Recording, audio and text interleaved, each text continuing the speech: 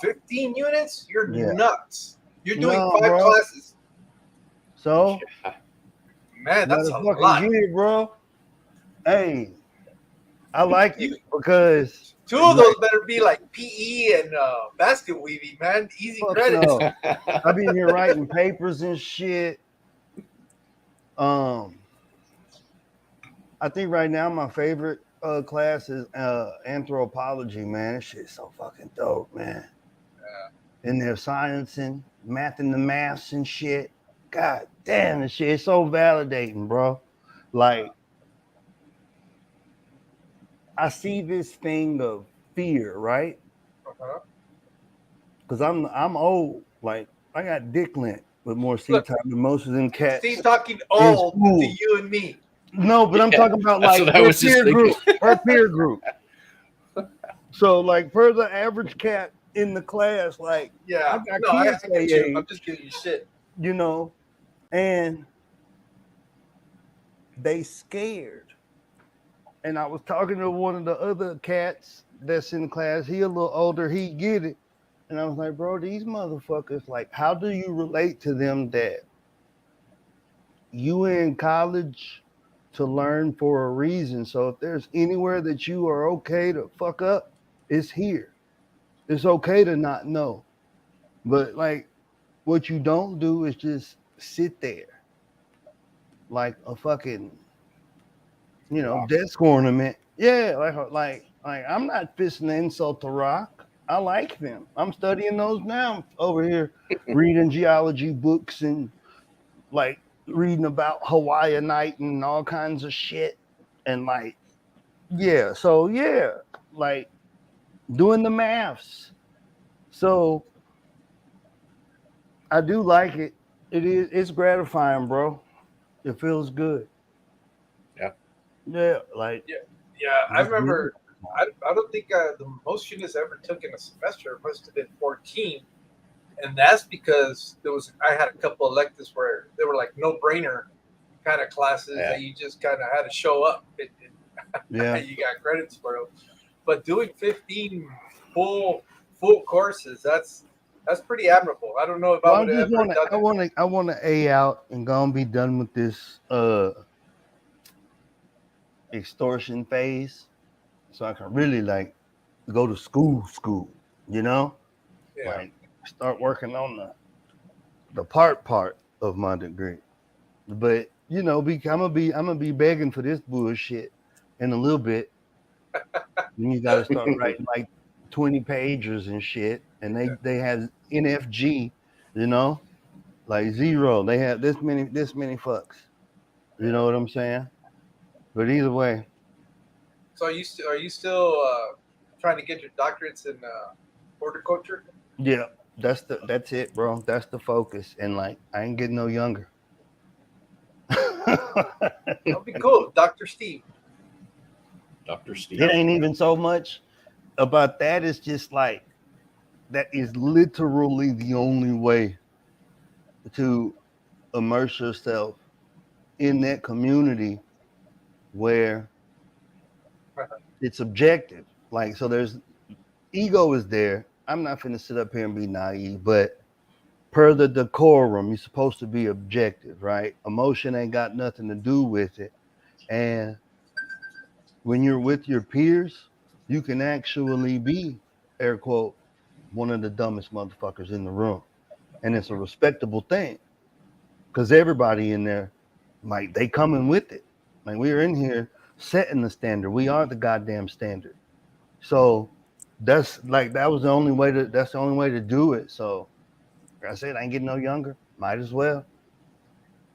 Looks like Mark is waiting on results from the Keystone class, Piles Aquatics. Mm-hmm. Well, if he sent anything up there, it looks like it's going to be a clean sweep. He should do good. Yeah. But either way, what's going on? We got Skull today. Curtis, appreciate you for coming up. Welcome to the show. Hey, for y'all that don't know, and I want to say this, I was telling them earlier before I hopped on that it's cool to be able to talk in person for the first time. But Curtis Skull Aquatics, he one of my day one OG subscribers Oh on yeah. Warrior Planet Tanks. Y'all go look at my comments on my videos out of all 500 or something subscribers since 2011. Skull Curtis, I appreciate you for that. And Yeah. so it's cool as shit to be able to actually have you up here and talk to you in person. So if y'all didn't know that, he one of my OG day ones. So welcome aboard Fish Plants y Más. Someday we're gonna have to meet in person. Yep. I'd say that could probably happen next year at Aquashella. I don't make plans. We just do shit. Fuck Yeah, I it. It know. don't happen. Yeah, I was kind of making all kinds of plans to try to do stuff for next year, but we might have to put a pin on a lot of that stuff because we've got some expenses that have come up recently. And we're like, I don't know. I don't want to be. I hate being stressed when you kind of try to stretch yourself too thin when it comes to financial matters.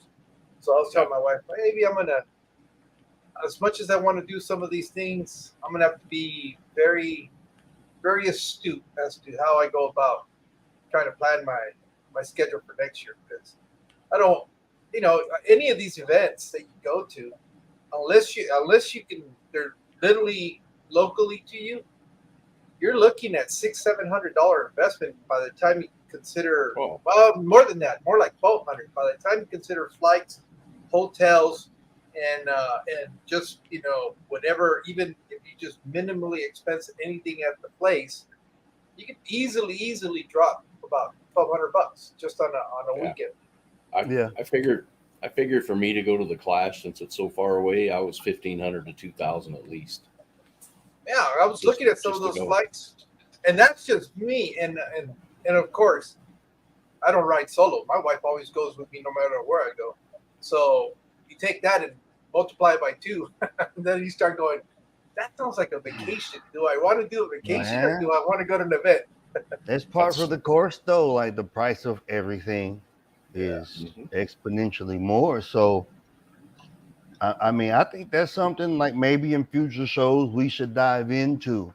What is the hobby going to? Like, what are some of the things we can do to not only hedge our families, our finances for everyday life, but what kind of steps can we take in the hobby to make sure that because of the rising cost of living across the board, we don't see a decline in the quality of our hobby, because that's what it is. It's to get away from all the other silly shit that we must do.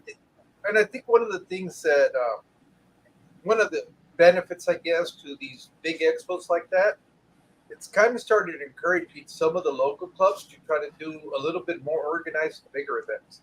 And I'm starting to hear a little bit more of that. And those are kind of becoming a little bit more accessible to hobbyists, because if it's within a driving, let's say for example for me, if it's in Phoenix or in San Diego, I could easily turn around and go do an event like that, and feasibly be able to drive up that day, hang out for the event during the day, and still be able to drive home, even though it's a 3-hour drive either way.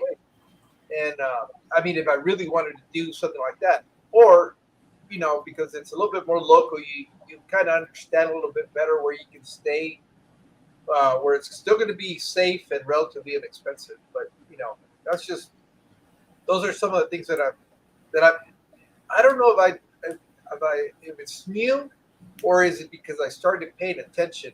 Well, for example, the Clash is a perfect example of those club events that are starting to gain a little bit of momentum. You have that, and then I don't know how much now Fishtoberfest is like that, because that was an event that was growing, but now that I guess Kenny is not behind the wheel of that, it's still on. It's still on, but it seems like they've had a little bit more changes and differences of what's happening there from what I gathered, just from the outside looking in. Of course, I'm not privy to any of those conversations, but you still have an event like that. And then Northern California, I guess they were having an event that they call Findig, but it seems like every year they're getting a little bit bigger. So you're starting to see that, and then being down there at the last meeting at the coast meeting down there in Southern California, they're wanting to do something very similar to that, except right now they're trying to find people that are willing to commit the time. That's the whole. I think that's the biggest struggle for any event is trying to find people that'll commit and dedicate time, because it is time consuming to be trying to organize an event, any kind of event, even just a regular weekend club meeting. You still need to get people to come together, figure out what's going to happen during the event, trying to gather whoever it is that's coming in to speak. So, but the good part about Aquashella is if you contact Science Gal, she's got a form you fill out, and if you're a YouTuber and put up fish videos, you can get in for free. It used to be that. That's no longer the case, from what I understand. It was the last time I was there. Yeah, that was what, a couple of years ago, or this last time? This last one? It wasn't this last one. It was the one in August where it was hot as hell. Yeah, because I think this year they kind of went away. It used to be that they had like a content creators section, and they were used to be able to stream from there. But I guess all of that got the plug pulled on it. This last one it did. Yeah. So, and I forgot. I think I was talking to Sam Scales about it on the live stream. We were chatting back and forth, and he goes, they're not even comping, I guess, content creators pass into the event. Everybody's got to pay now. So I was like, okay, well that's interesting and new information to me. If you got to pay, just pay for the big package. That's what I did. Yeah. That way you get to go to the dinner Friday night with all the YouTubers, and Corey's there, Jason from Primetime's there, and then you get into everything like 2 hours earlier than everybody else does. Yeah. Well, for me, the biggest attraction to those events is more of the hangout. Getting to hang out with a lot of the people that you become familiar with on either streams or chats. That to me is what appeals about those events. The other stuff is nice and extra, but for me, it's more of those personal connections that I'm a little bit more interested in. And that's the only reason why I would want to do an event like that, is just to finally get to. It's like when I got to go up to meet Steve in person, even though we had been talking for almost a year. It was really nice to finally be able to hang out, go grab a meal. That's why I want to go back to Aquashella. If you guys are going to go, and Tommy says he's going to go, Vibes will be there. New Local Austin will be there. So where you located at? I'm in the corner of southwestern Kansas. So Kansas. Dallas is about an 8-hour drive. Southwestern Kansas. Where about? I'm an hour from the Oklahoma border and an hour from the Colorado border. Clear down in the corner. You've heard of Dodge City, Kansas? Mm-hmm. The old West. I'm about an hour and 15 minutes west of there. Okay. So I guess I used to live in Kansas, but I lived on the opposite corner.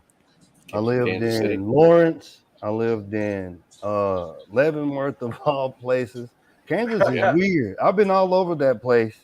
I didn't get to kick around that part where you're at too much, but y'all got a lot of critters out there, believe it or not. A lot of people don't know that. Yeah. Y'all got a ton of wildlife. Y'all got wild weed. I saw that shit grow. They call it K-pot. I was like, what the hell is that? And they're like, oh man, that's K-pot. Don't smoke it though. It'll give you a headache. Yeah, like, we call that ditchweed over here. Yeah, I was like, I got weed growing. I said, bro, they can't have this shit. Well, I'm like, what the hell? And he was like, oh yeah, it's everywhere.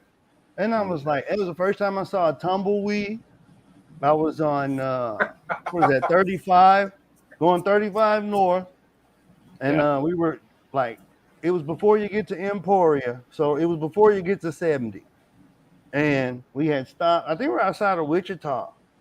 And we got gas, and it was windy as shit. And I was sitting in the U-Haul truck, and I thought I was hallucinating. And I was like, you gotta be kidding me, bro. Is that a goddamn tumbleweed? And I was like, bro, that's a tumbleweed. And it was just the most like, you know what? It felt like a David Bowie video mixed with goddamn it, what's your boy name? I was rocking a Billy Idol mixed together with like John Wayne movie with like a Denzel Curry video all together in one. It was throw. I was like, that is the That's most. It's weird. That Y'all that's sounds got like really tumbleweed? that sounds like you got some good mushrooms. No, I don't. I didn't have. No, no, no, not then. No there was there was a lady here that was selling them like on eBay. tumbleweeds. She would box them up and sell them, and she was shipping them all over the world. And then she got in trouble because the Yeah, it's tumbleweed invasive. has seeds on it. Yeah, so Mm-hmm. people got it in their yard, and they were Mm-hmm. introducing that weed into their Yeah, that's not a good environment. idea at Yeah, all. she got in trouble. She got away with it Yeah, for a while. yeah.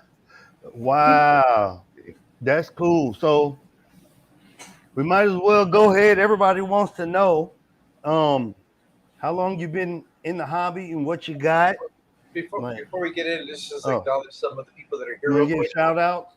Yeah, right now because it's still it's manageable. Not that it ever isn't, but anyways, I just wanted to say thanks to Henry Chavez for being here.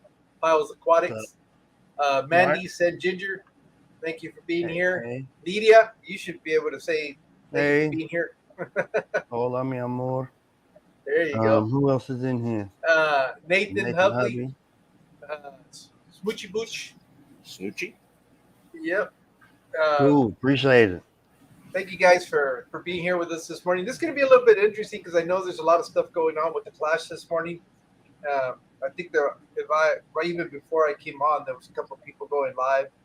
So everybody's going to be trying to multitask this morning. Yeah, see, I've been in my own little world. I didn't even know none of that stuff was going on. Yeah. I've watched a little bit of it, but not much. As soon as I get off here, I'm gonna be studying again. I saw Greg Jones was going live, I think, this morning, but it must. Yeah. Oh no, was it yesterday? I don't know. I was at work. Yeah, I was looking at it at work, but yesterday was Friday. It's not. Today is the peak of the event, right? Today is like the big day, and then tomorrow kind of like the wind down. Today's supposed to be the peak event, and Ed was doing a walkthrough, and there are already people taking their boots down. Oh yeah. Yeah. I don't know if that's good. That or they sold out. Maybe it's that good. Yeah. Yeah. And but tomorrow's the auction. It seemed like a good size haul that they had. I mean, when you look at it for being locally put together, I don't think I've ever been to any of my local events that has the size of what they were showing. I mean, it looks like a little mini Aquashella. Yeah, there's a big one in what's it called? The Quad City Swap. It's in eastern Iowa. Okay. That's a pretty good size fish event. It's only like a 1 day one, but if you're looking for some fish like or whatever. Yeah, there's a ton. See, we don't have a lot of stuff like that out here west. It's saltwater. A lot of saltwater is pretty big here. Well, I know we have a Reefapalooza up in LA. I think that must be the biggest event that we have out here in the West Coast. Other than a lot go down in Dallas. You know. Yeah. Mm-hmm. Hey, Jeff. Yeah, for me, I got to go to Denver or Kansas City to go to anything, or Dallas. I mean, you're not in a bad spot though. No. You know. I mean, most of it's interstate their business traffic. out there. Yeah, you know, it's a different way of life out there. It wasn't too bad. Eastern Kansas, there's this weird place. See, because I was naive, and I know history, but I ain't know history. Kansas, I'm thinking the further north you go, the milder the climate as far as like demographics. Because this is the South, you know, everybody's like, you know, rednecks down here and shit. So I'm like, okay, everybody be a little bit more cool and less prejudiced up there. Bullshit. There's this place called Tonganoxie, Tonganoxie. Kansas. Yeah, because I used to work believe it or not, I used to work at the Packerware plastic plant when I lived in Lawrence over there by KU.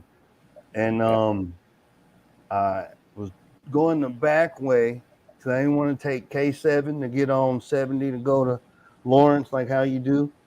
Pay the So, tolls. yeah, exactly. So you already know. So I was going a little back way, and you got to go through this little town called Tonganoxie, and it's cornfields and shit. But the legend is it's a sundown town. And I was like, how in the hell they got them way the hell up here in Kansas?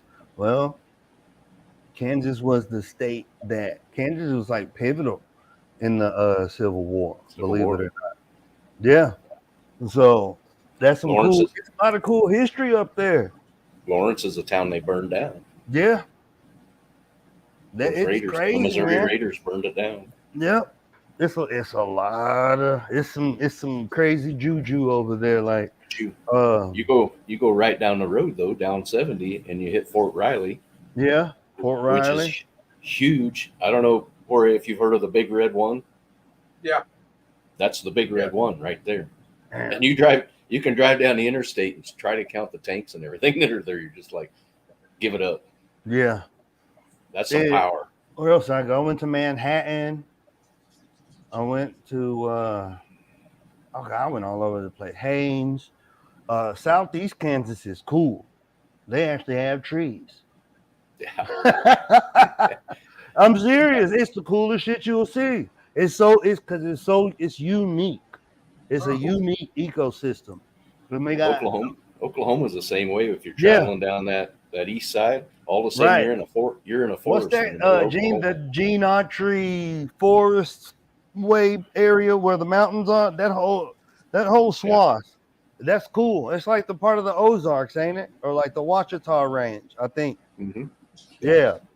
But man, it's some good nature over there. I like it. But speaking of which, we got you up here. If you want to tell us your specialty, how long you've been in the hobby and really what your focus is right now. Well, I'm going to be 58 pretty soon, and I carried my first tank home when I was 10. Yep. From Woolworths. Woolworths. I haven't heard that story in a while. Woolworths is the little Walmart of the old times. You could get a cheeseburger, buy a fish, buy some laundry soap for your mom, all in this one little store. And I think I got 2 Mollies is what I brought home. 2 Mollies. For me, Woolworths is a memory of going to get ice cream. That's where you get little ice cream cones. Yeah, because they had the soda fountain.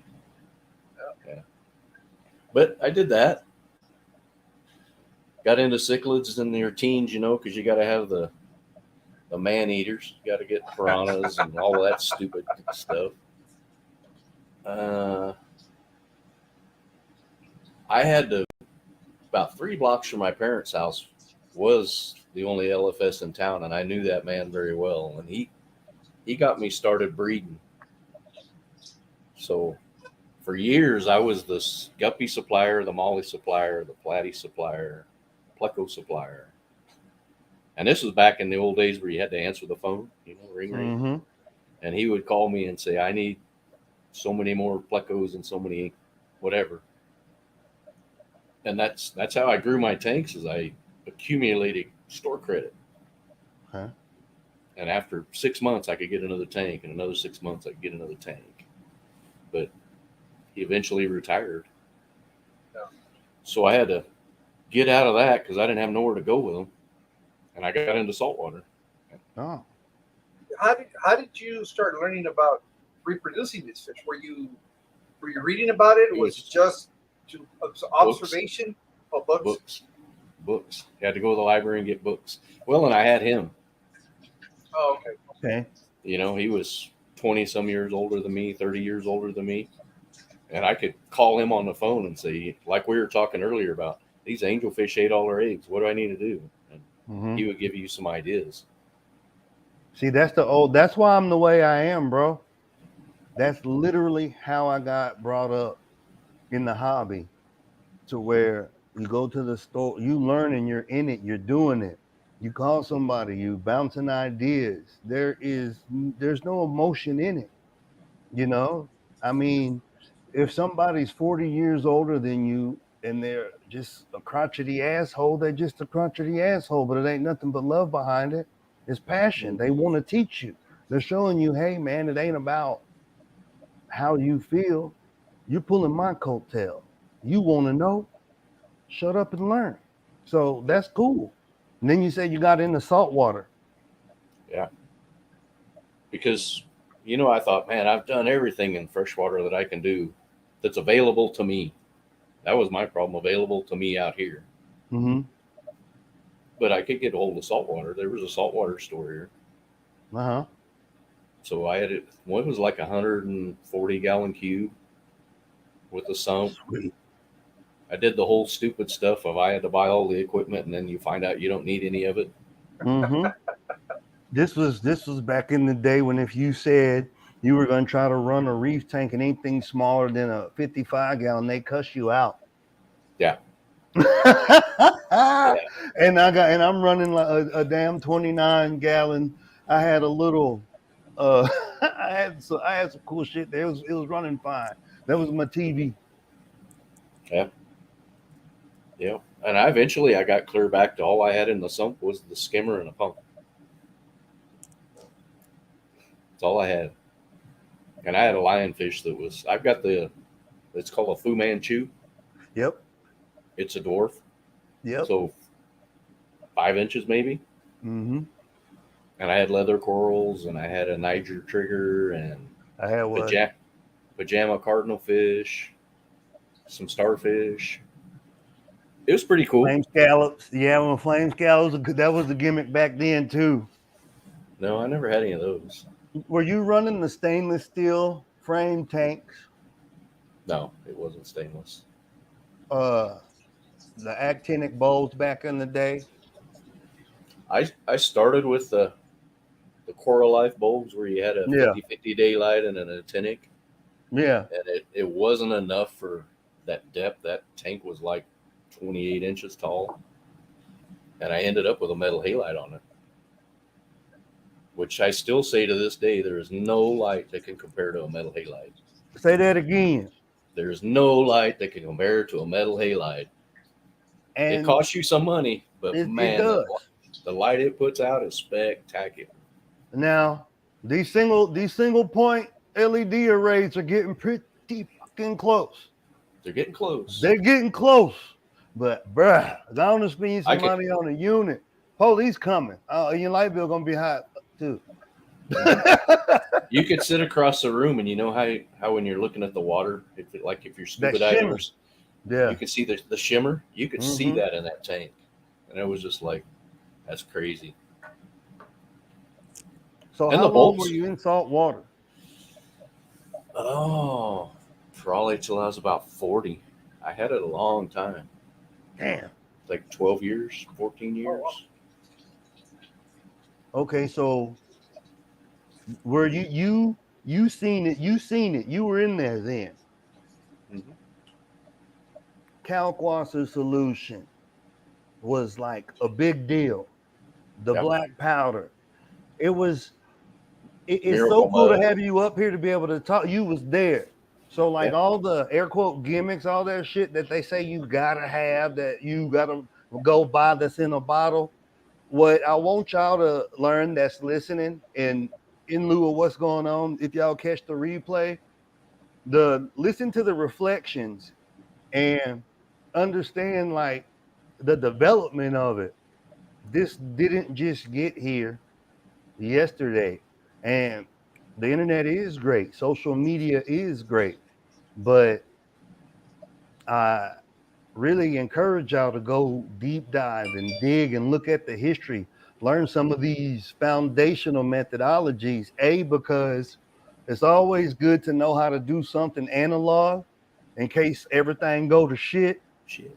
And B, it just gives you another repertoire to expand your set of tools, like so Mhm. you can make your own methodologies.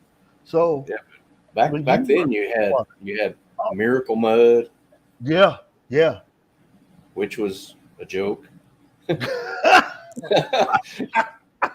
They sold it as you put it in like a Tupperware container and put it in your sump, and Mm-hmm. it supposedly had all this stuff in it that would absorb nitrates and do this and that, and it didn't It's do nothing. anaerobic. Yeah, it's anaerobic. I It didn't used do nothing. Miracle Mud in the Miami Vice when I did the brackish black water, and I used it on purpose because I had to make the damn thing work, because the sump, that effect that they was talking about in the sump, well, you got to make the environment conducive for the bacteria. If you flushing it out with that big ass filter you got in your big reef tank, what's the Yeah, point? it didn't do anything There was Yeah. a gimmick at that stage. at that time. So there y'all go. Curtis just dropped y'all a big fat ass Easter egg. The cherry picking. So the science was there, but they presented it as a gimmick because the methodology wasn't sound. So it's the holy bucket theory, to where you ask to borrow a bucket and I give you one and it's got a hole in it. Well, I wasn't lying to you when I said I got a bucket. I didn't ask you what you needed for. I just was able to be there for a friend when in need. You get the bucket, it's got a hole in it, and then I'm like, well, what you want me to do? I gave you a bucket. Figure it out. So I'm not checking shit, even though I am. You see what I'm saying? So Yeah. that's that theory. And we're not knocking stuff. Like when we talk about what we do when we have our shows, like our ethos is dispelling all the BS and the misconceptions, and then being able to have people to substantiate it that was actually there, that's been doing it. So that the miracle mud, that was, so you done brought it up. What's your take on the whole? You remember from that miracle mud came the refugium craze, where everybody was fucking with Calerpa, and because for the longest time, oh, they beat your ass with a switch if you wanted to run different kind of macroalgae and stuff like that, because it was unsightly. You got to understand, like, reef tanking wasn't about an overall ecosystem. It was about, air quote, clean, and people's tanks was too damn clean and they was killing everything. Yeah, it was a And now, presentation. go ahead, Curtis. It was the presentation. Yeah. They didn't want to see any algae. They didn't want to see any macroalgae, of course. They didn't want to see any detritus. Mm-hmm. That's why you had your skimmers on the top, so that you didn't get any of that protein on it. It was just nuts. Nitrates, And, nitrites, the devil. Yeah, Zero. all of it. Zero. Everything had to be zero. And until you learn, and Exactly.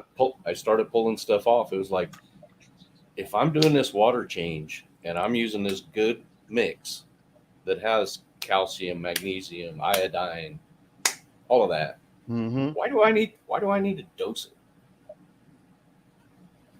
So I just slowly stopped, and I sold the Kalkwasser, the mixer, the calcium. Yeah.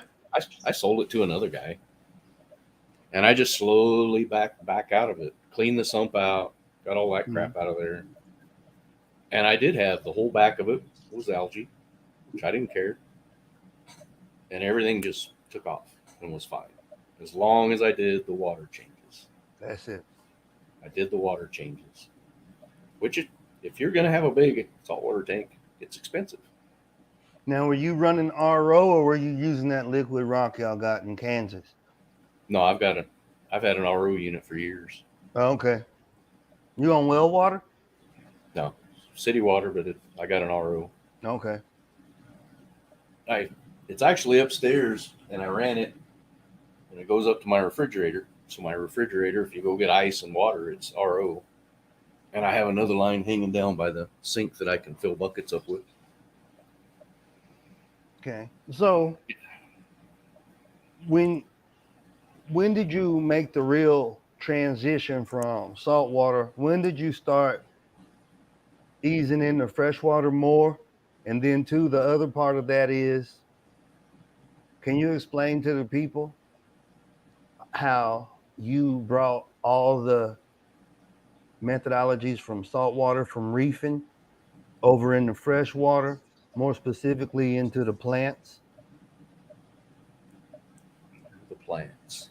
Well, you would laugh if I tell you what fertilizer I use, but I'll tell you a No, I little won't.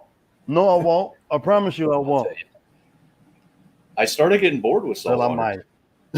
might. I started getting bored with saltwater because a lot of saltwater fish, once you know what you're doing, Yeah. That shit 10, bored as 15, fuck. 10, 15 years. Yeah. So I started looking, and I was reading Amazonas magazine, Mm-hmm. and there was a article in there about Greg Sage, how he is saving these endangered fish, all of this in his basement. Mm-hmm. So by then I had internet access and I could look stuff up, and it was like, that guy lives 6 hours from me. He lives in Denver. So if you ever email him, be ready. You ask him 2 questions, you're getting 2 pages back, because it is a very in-depth answer you will get. But I started getting interested in those fish, and I started looking at cares, and it was, like how you do, how you deep dive and you go research, and I even brought some with me. It's like, I got research, Mm-hmm. and I You thought, got to see, have you got to go see his basement, his collection? I've been to his basement 5 times. Bro, lucky. Hung out with him, sat out on the deck, done all that. See, y'all got basements and shit up there. That's the only thing cool about up there where y'all live. We ain't got no basements down here. That was the coolest shit when I moved up there. I was like, man, y'all got basements, man. Man, you guys don't have any basement with all that hurricanes coming up your way? We ain't got no basements, bro. You dig, you gonna go swimming, we gonna have a swimming pool. So we gonna have a saltwater pond like the eel guy on YouTube, the eel pit guy. It's not hurricanes, it's tornadoes that you guys get coming through there, right? That's what we get, yeah. Yeah, they get tornadoes. But you guys do up there in Houston. Here. Oh, you get hurricanes? We on the Gulf Coast, yeah, we get hurricanes. Y'all been having tornadoes. Yeah, my son was up there the very first year he was up there. My wife was worried sick because I guess they were having some storm warnings that they were coming through, and my wife was trying to tell my son he had to get into a storm drain or something so that he could get blown away. Just because of all the stuff she's seen in movies, not because she actually knew. Bro, hurricanes, we go to the beach, bro. We barbecue with shit. I know, but I'm just telling you from my wife being a mom, and worried that her son is out there. She was trying to tell him. I guess the only things that she could pull information from was watching Twister. Oh Jesus! I'll have to send you a picture. About 2 months ago, we had a tornado about 5 miles from town, and I'm standing in my front yard, and I take this picture, and it's all of my neighbors. When we're all standing outside just watching. Oh. Everybody's drinking beers. Like, yep, there it goes. Yeah. Looking through everything around. Tornadoes do kind of freak. They garner my respect. They freak me out. We drove like parallel to one time. We were leaving Platte City, going towards St. Joe, getting ready to cross the river to go to the Leavenworth side. And there was a damn tornado. And I was like, is that a tornado? And it was a tornado. And it was the craziest shit. It looked like on Transformers, bro. Mm-hmm. Like the tornado itself, it was just like this robot thing. Like it was not to be fucked with. And I was like, see? Yep, that's a tornado. But what's creepier than tornadoes is them damn dirt devil things, bro. The little the wispy winds or whatever they call them. And there'll be like a bunch of them in one field just kicking ass together. Yeah. That is crazy. You see, it's funny because you guys make all that sound like nothing, but I was up there for just one of your regular rainstorms.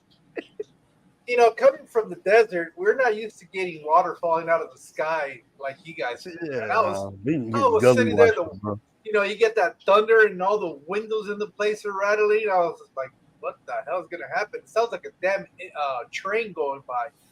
Um, Yeah, with that's your just guys, normal. that's just a regular storm for you guys out there in Houston. It's not even Yeah, a tropical storm. It was like, man, you guys are bro. nuts. The motherfuckers be jet skiing on I-10 and shit when it flood. We don't give a damn about no water. But speaking of which, though, so you got into the care species and you started deep diving on them. Yeah. What I kind of want, I guess, for the people and me too, really, I'm curious is how did you match up your foundational love and experience with live bearers with knowing that it's a shit ton of them endangered and care species, and then you know got hooked on it, and then you started nerding out on that and becoming an expert on that.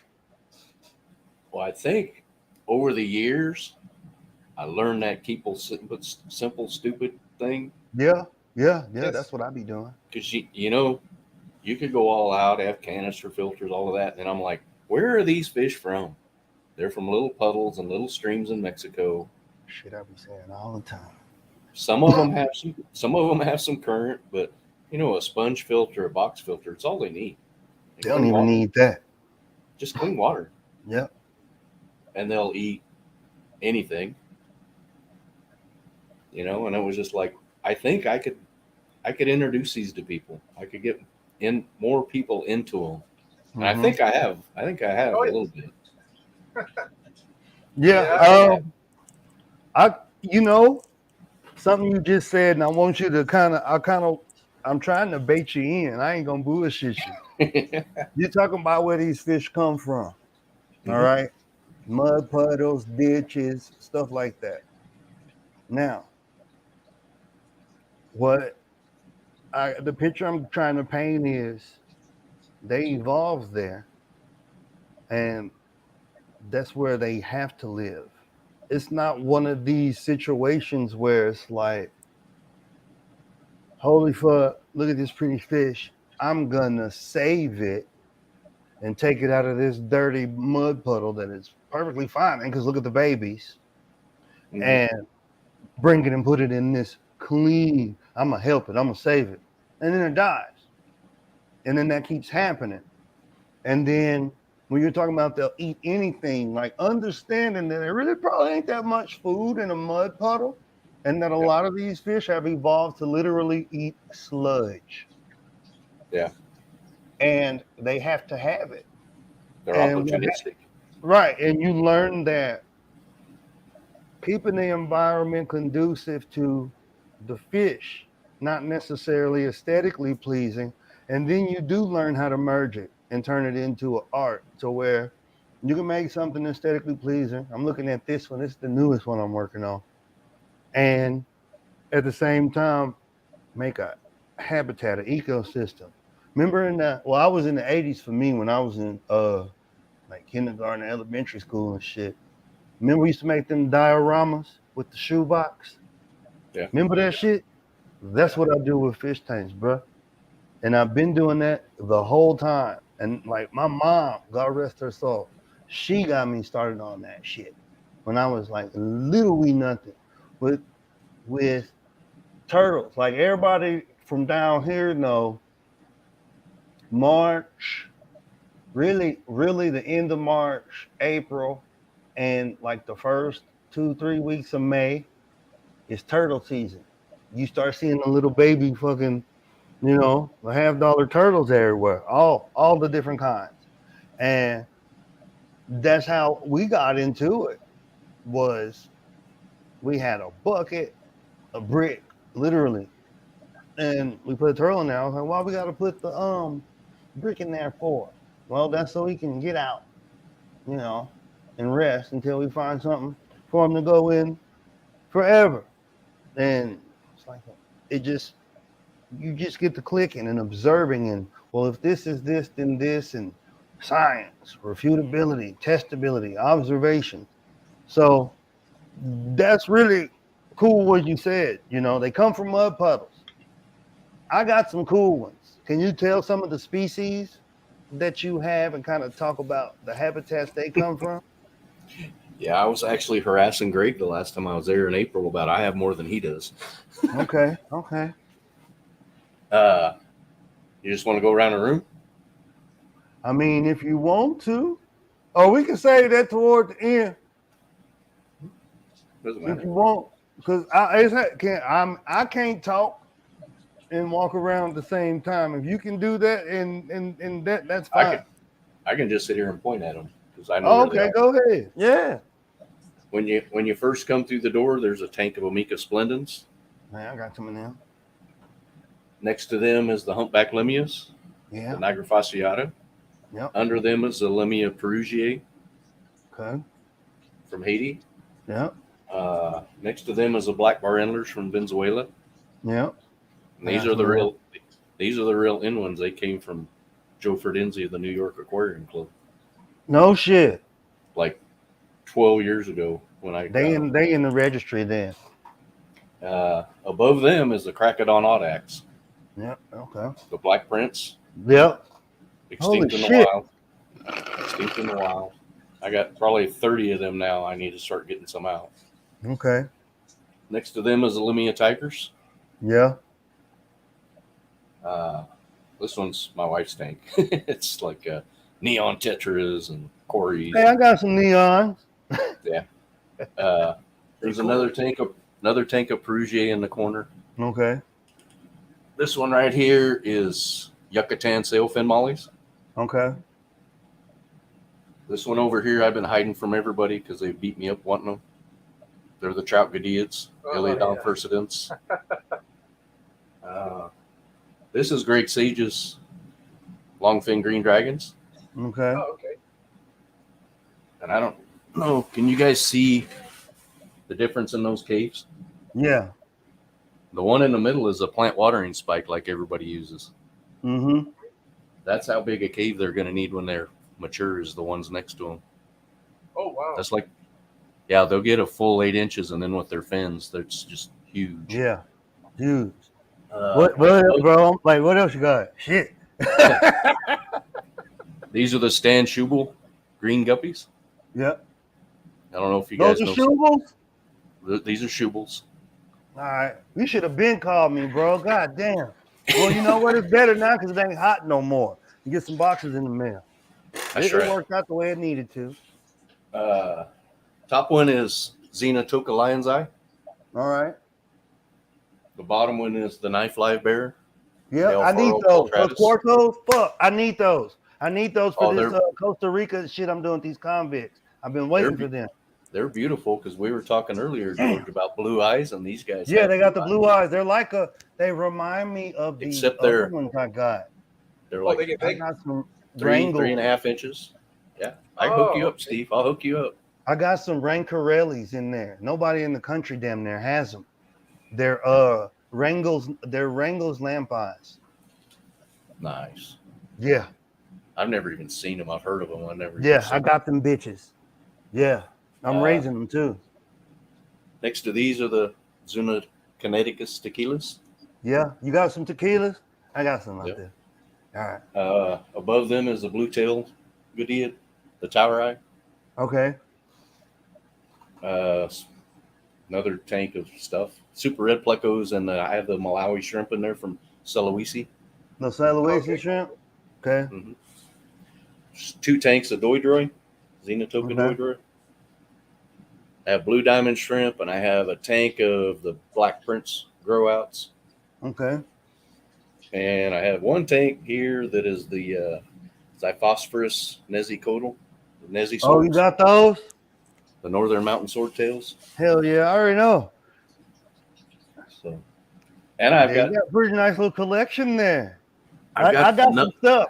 I was playing poker with you to see if I have some shit that I can bargain with. I got something. Oh, I love watch what I tell you. You know what I got? What? I'm gonna say the common name. I got Merry Widows. Dwarf. I'm in. They're dropping too.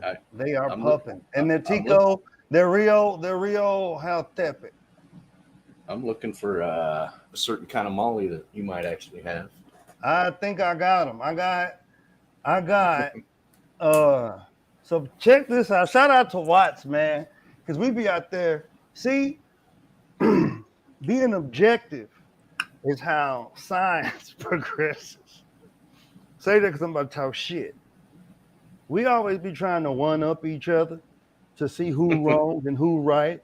But it's in fun. But it's serious. Like fuck you. Like I'm not talking to you for weeks. Like fuck you. But it's serious. But it's in good, clean fun. Yeah. And he got the first sample. And then he had called me over there. Like I said in this other show, he was like, I got some work for you. And I was like, ain't no damn work. And I was looking him up. And I was like, damn, those look like Mexican short fins. But they're not supposed to be up here. Those are native to they're in South Texas. They shouldn't be up here by now. And then I was like, they ain't Sphinx mollies. You know, what the hell are these things? And then I was like, well, maybe they're Amazon. Because when they clamp their anal fin, sometimes it looks like a gonopodium, right? Mm-hmm. So I was like, no, man, them short fins, bro. We don't got Amazons up here yet. If the only thing that it could be is short fins. Those are, those were damn near the Corpus Christi. That's more plausible than the freaking Amazons, which was barely on the border. Like they were in Mexico. See what I'm saying? Yeah. So, I got them.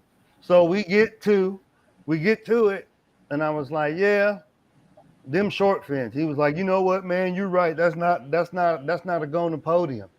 And I called him back the next day, and I was like, fuck, bro, I think we might got Amazons up here.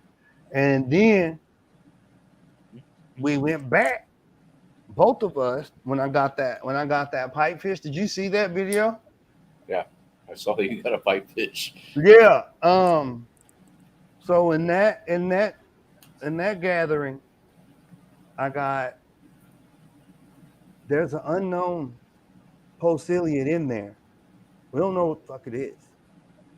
I think it is a posiciliate. I think it is one of them posiciliates.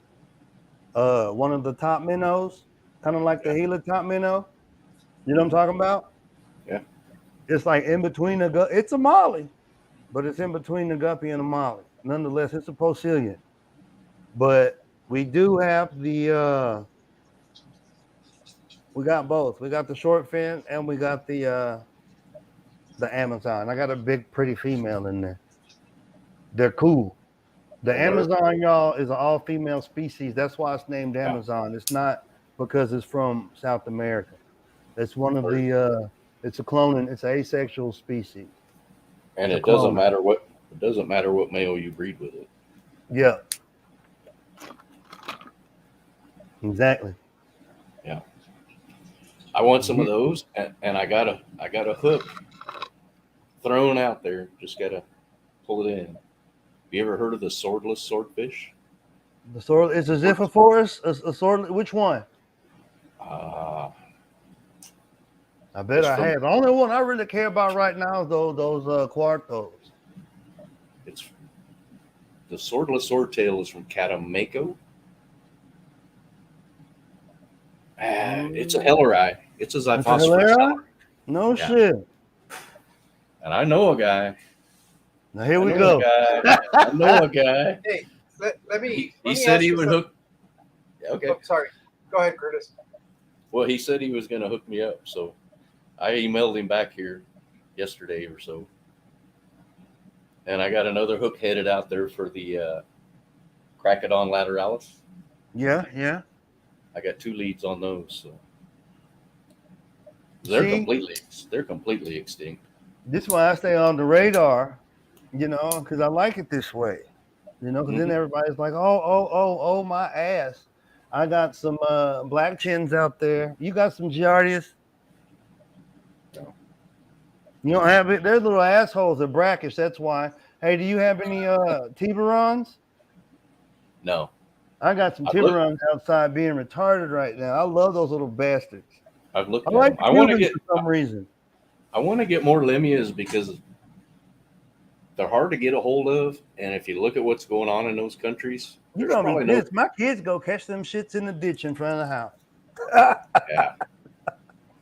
Well, then you And they just got the put them in a Hispaniola bag. Perugia too. You Yeah, just put all them in a we'll bag. figure something. I'm not going to jail, bro. No, but I can hook you up with whatever you want. I mean, I got socks, though. I have a lot of socks. I know how to do it. And I like to do things different. That's what I've learned. Yeah, You're me asking too. about it. If somebody tells me you can't, I'm like, really? Really? Right? I had Hold my beer. three so-called Goodeids experts tell me that you cannot community breed the Black Prince.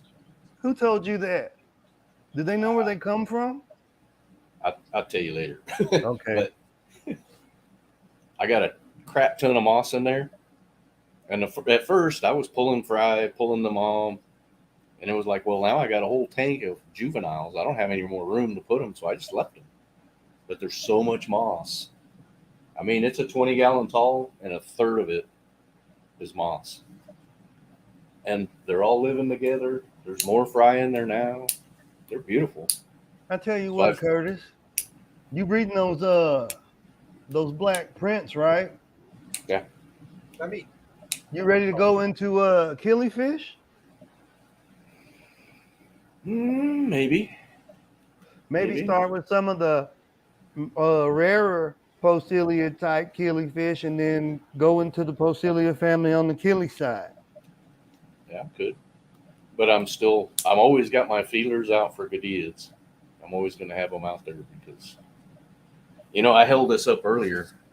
This is off the CARES site. This whole list is, I should have sent you the link so you could put it Can up you there. zoom in up? Put it up there. That's all Those the are species? all. That's all the species. The ones highlighted in yellow, I have. So you can see I got a long way to go. And the one with the writing next to it, Jorge, is the one that I told you is in Nevada. oh, okay. Mm-hmm. Which one is this? It's the Bailey eye. Mm-hmm. You know what else they got? They got Gila top minnows, man. Well, that's out here. That's in Arizona. Yeah, they got them where he's at. Jorge does.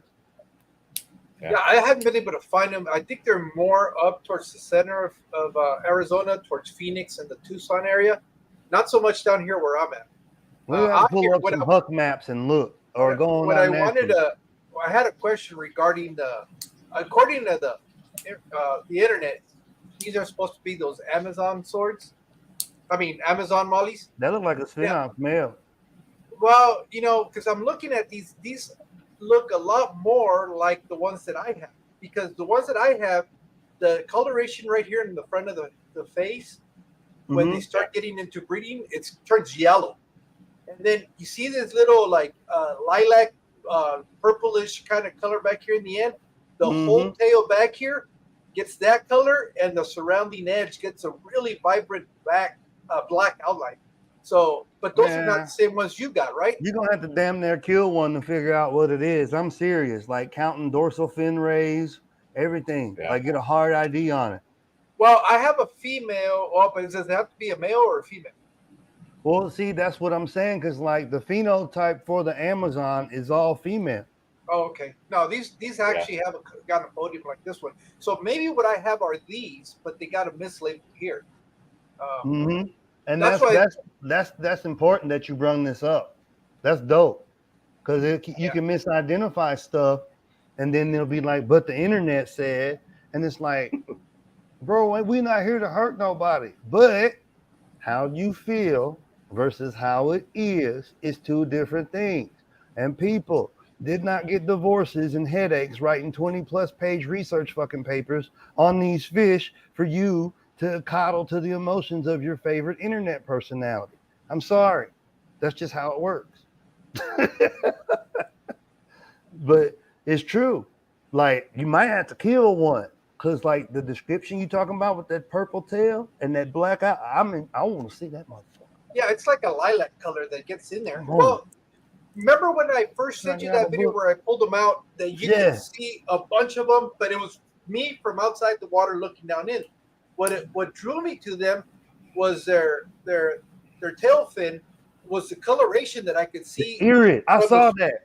Yeah, that Well, video when you I sent pulled me. them out, obviously they lost all their color. They didn't have any color because they're stressed out.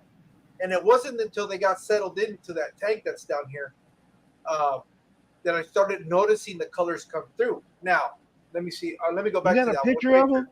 Yeah. The ones that I have, they're Yeah. hard to take a picture of. But that's what I was telling you. This picture here resembles most of what they look very similar to the ones that I have. Okay. I mean, when I pulled them out, they looked like this. They were stressed out as hell. But what I'm telling you, the coloration, like from this point forward, is yellow on the males. Mm-hmm. When he gets all the alpha male, when he gets all colored up, and this color you see over here towards the tail, the whole fin gets colored in that same color, and then there's just a really nice black outline. And then the body here, the only thing I don't see it has these horizontal lines that are like reddish and alternate like you see here with the Mm-hmm. black. But you only see that when the male's fired up.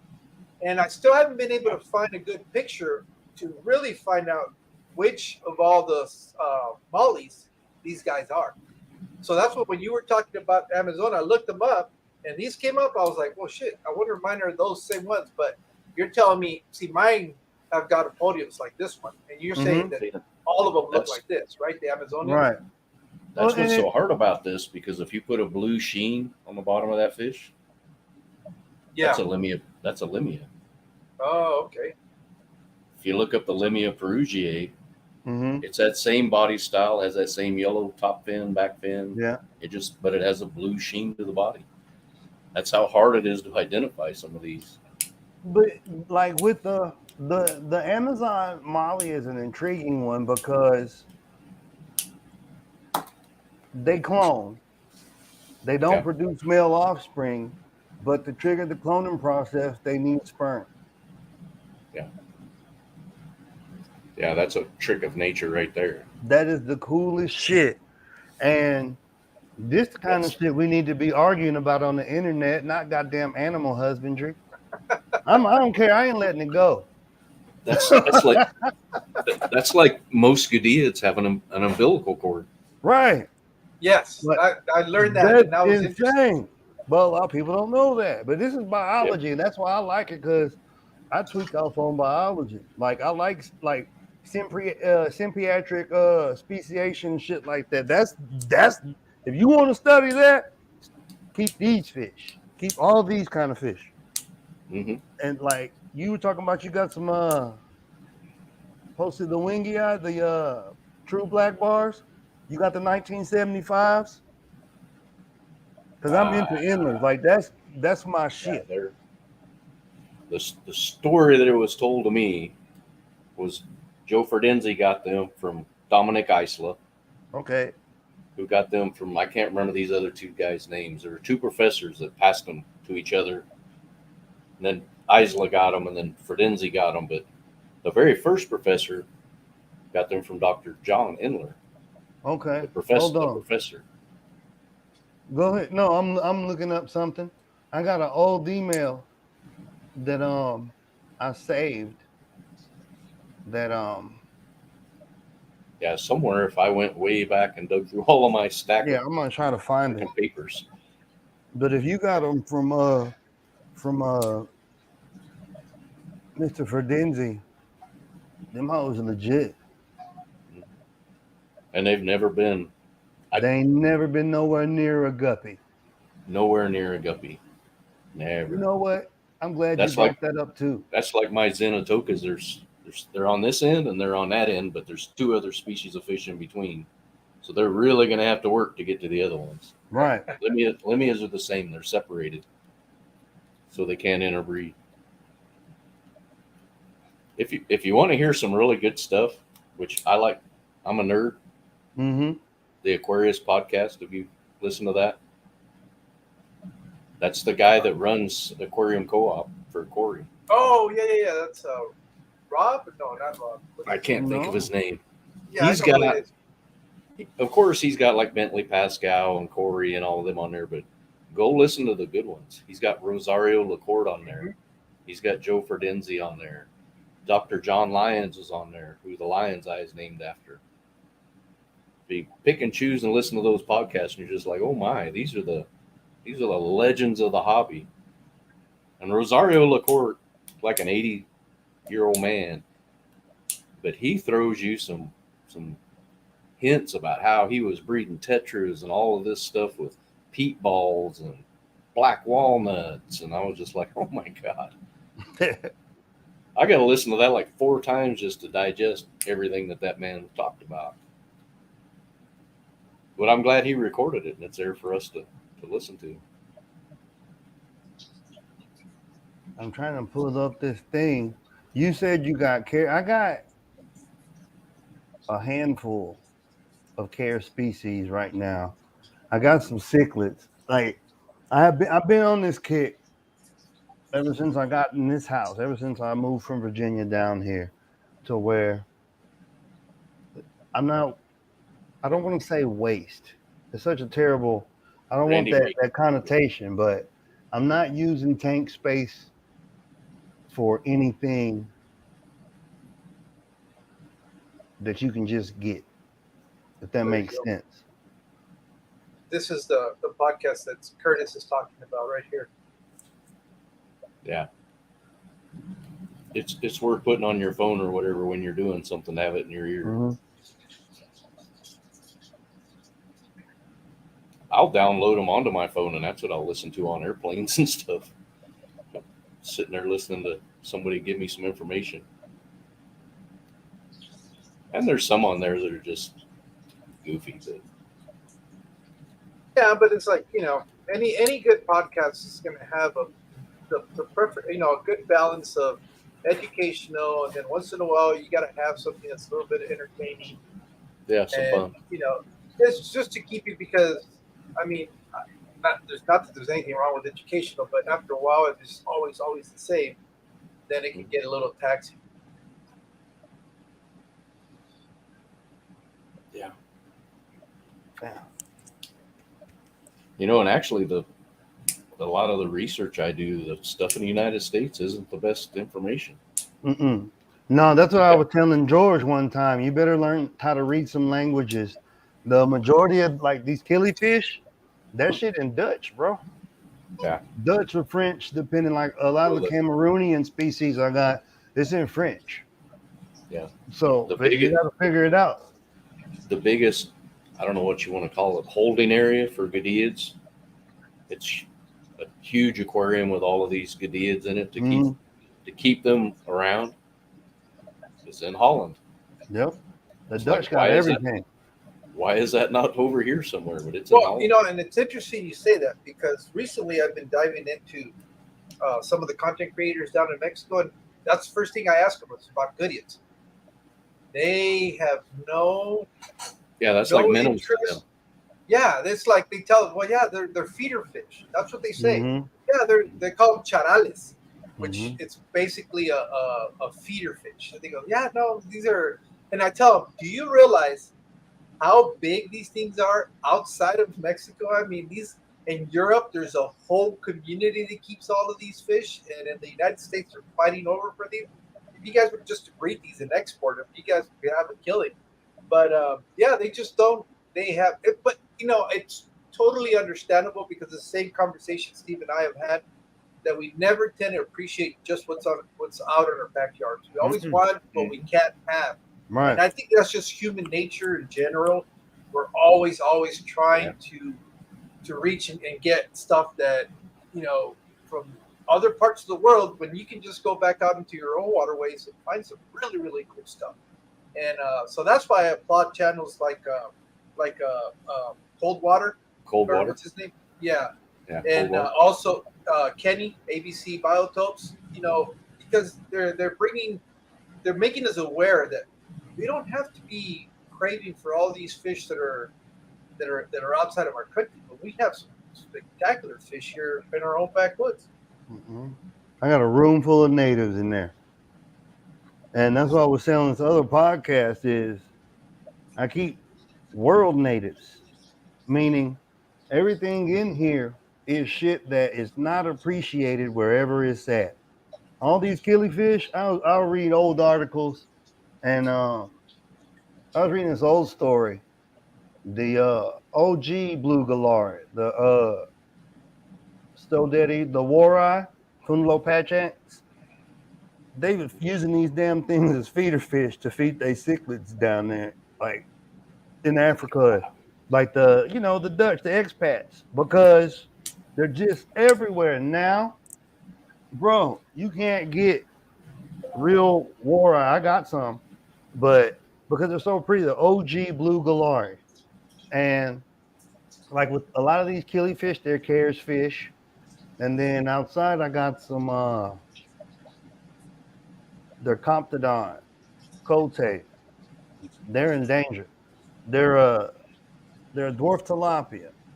They used to be in the I think the chromatidote tilapia family over there with Lowenbergi and Guntheri, but they're Comptodon, and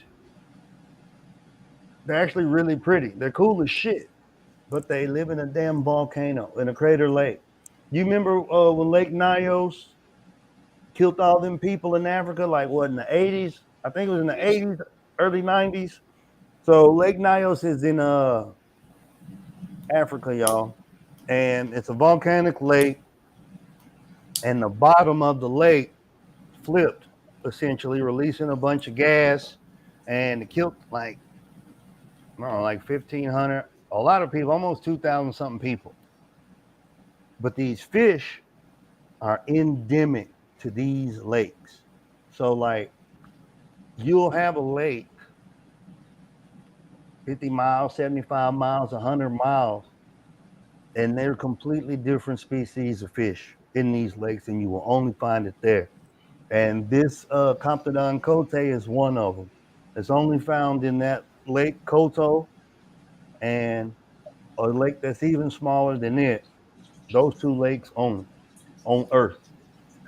And that's the same boat as the Goodeids.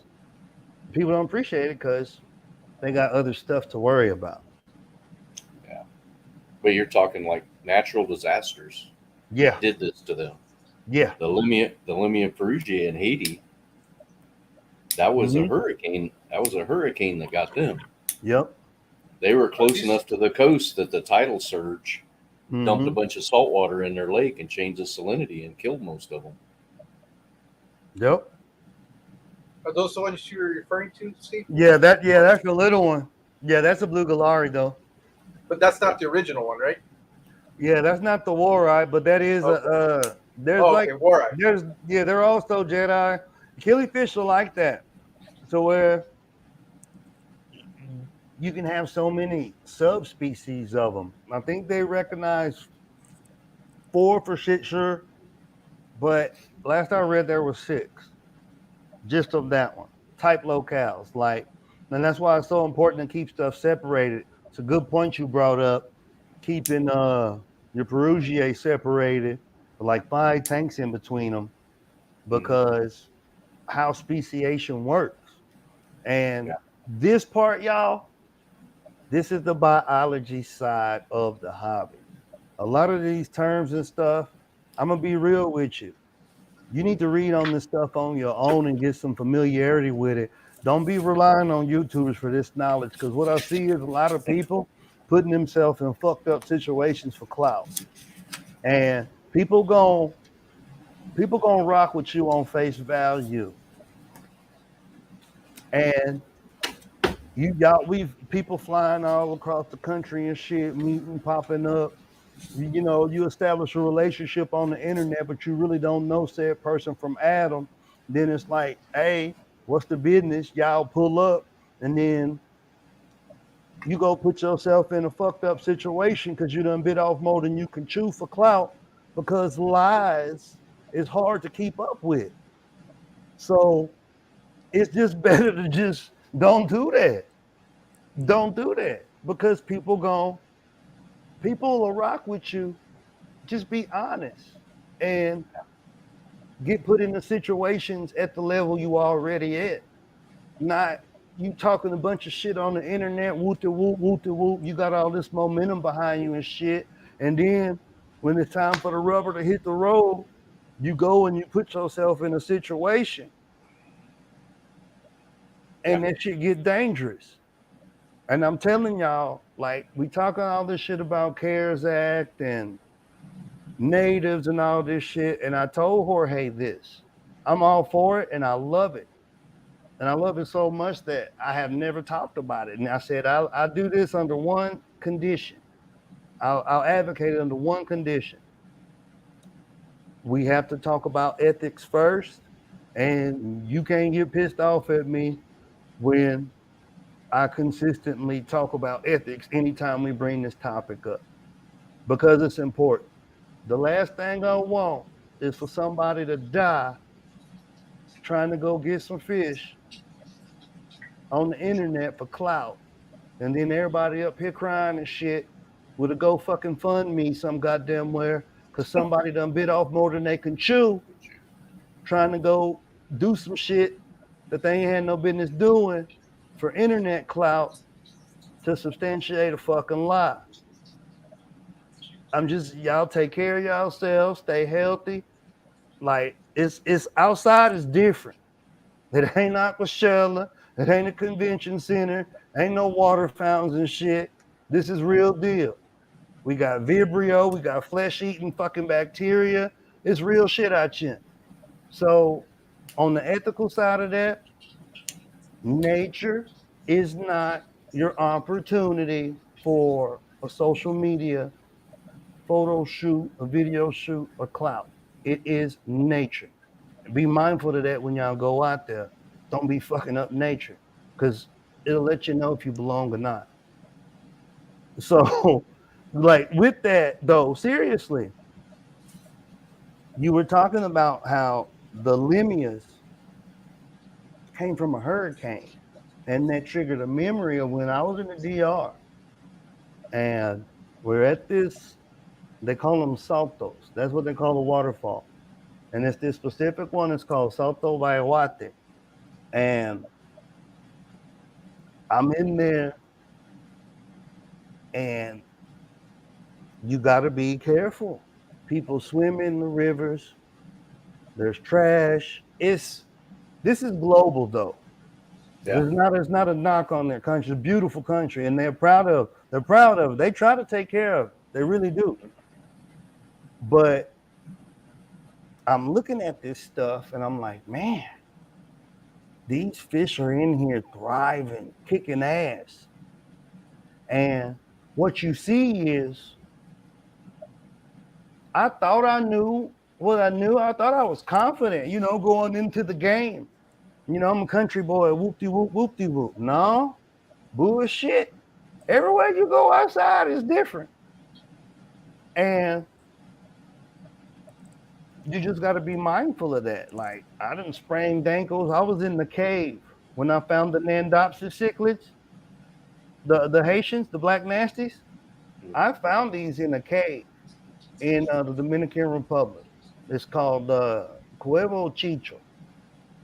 And dude said, and I quote, "Be careful.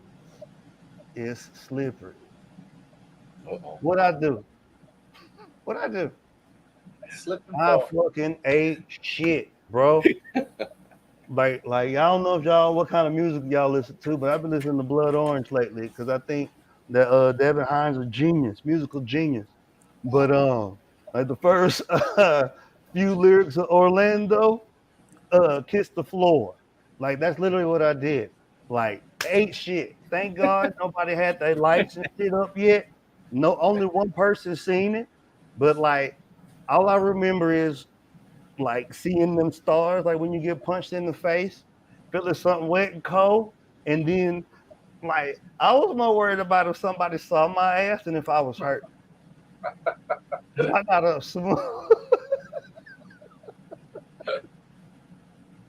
But it was worth it because I did find those Nandopsis shrimp, the not the shrimp, the cichlids, but the shrimp I found too. I found some them big Rosenbergi, the big blue claw, them big prawns. Bitches, they in a cave now. Yeah, that's cool as shit.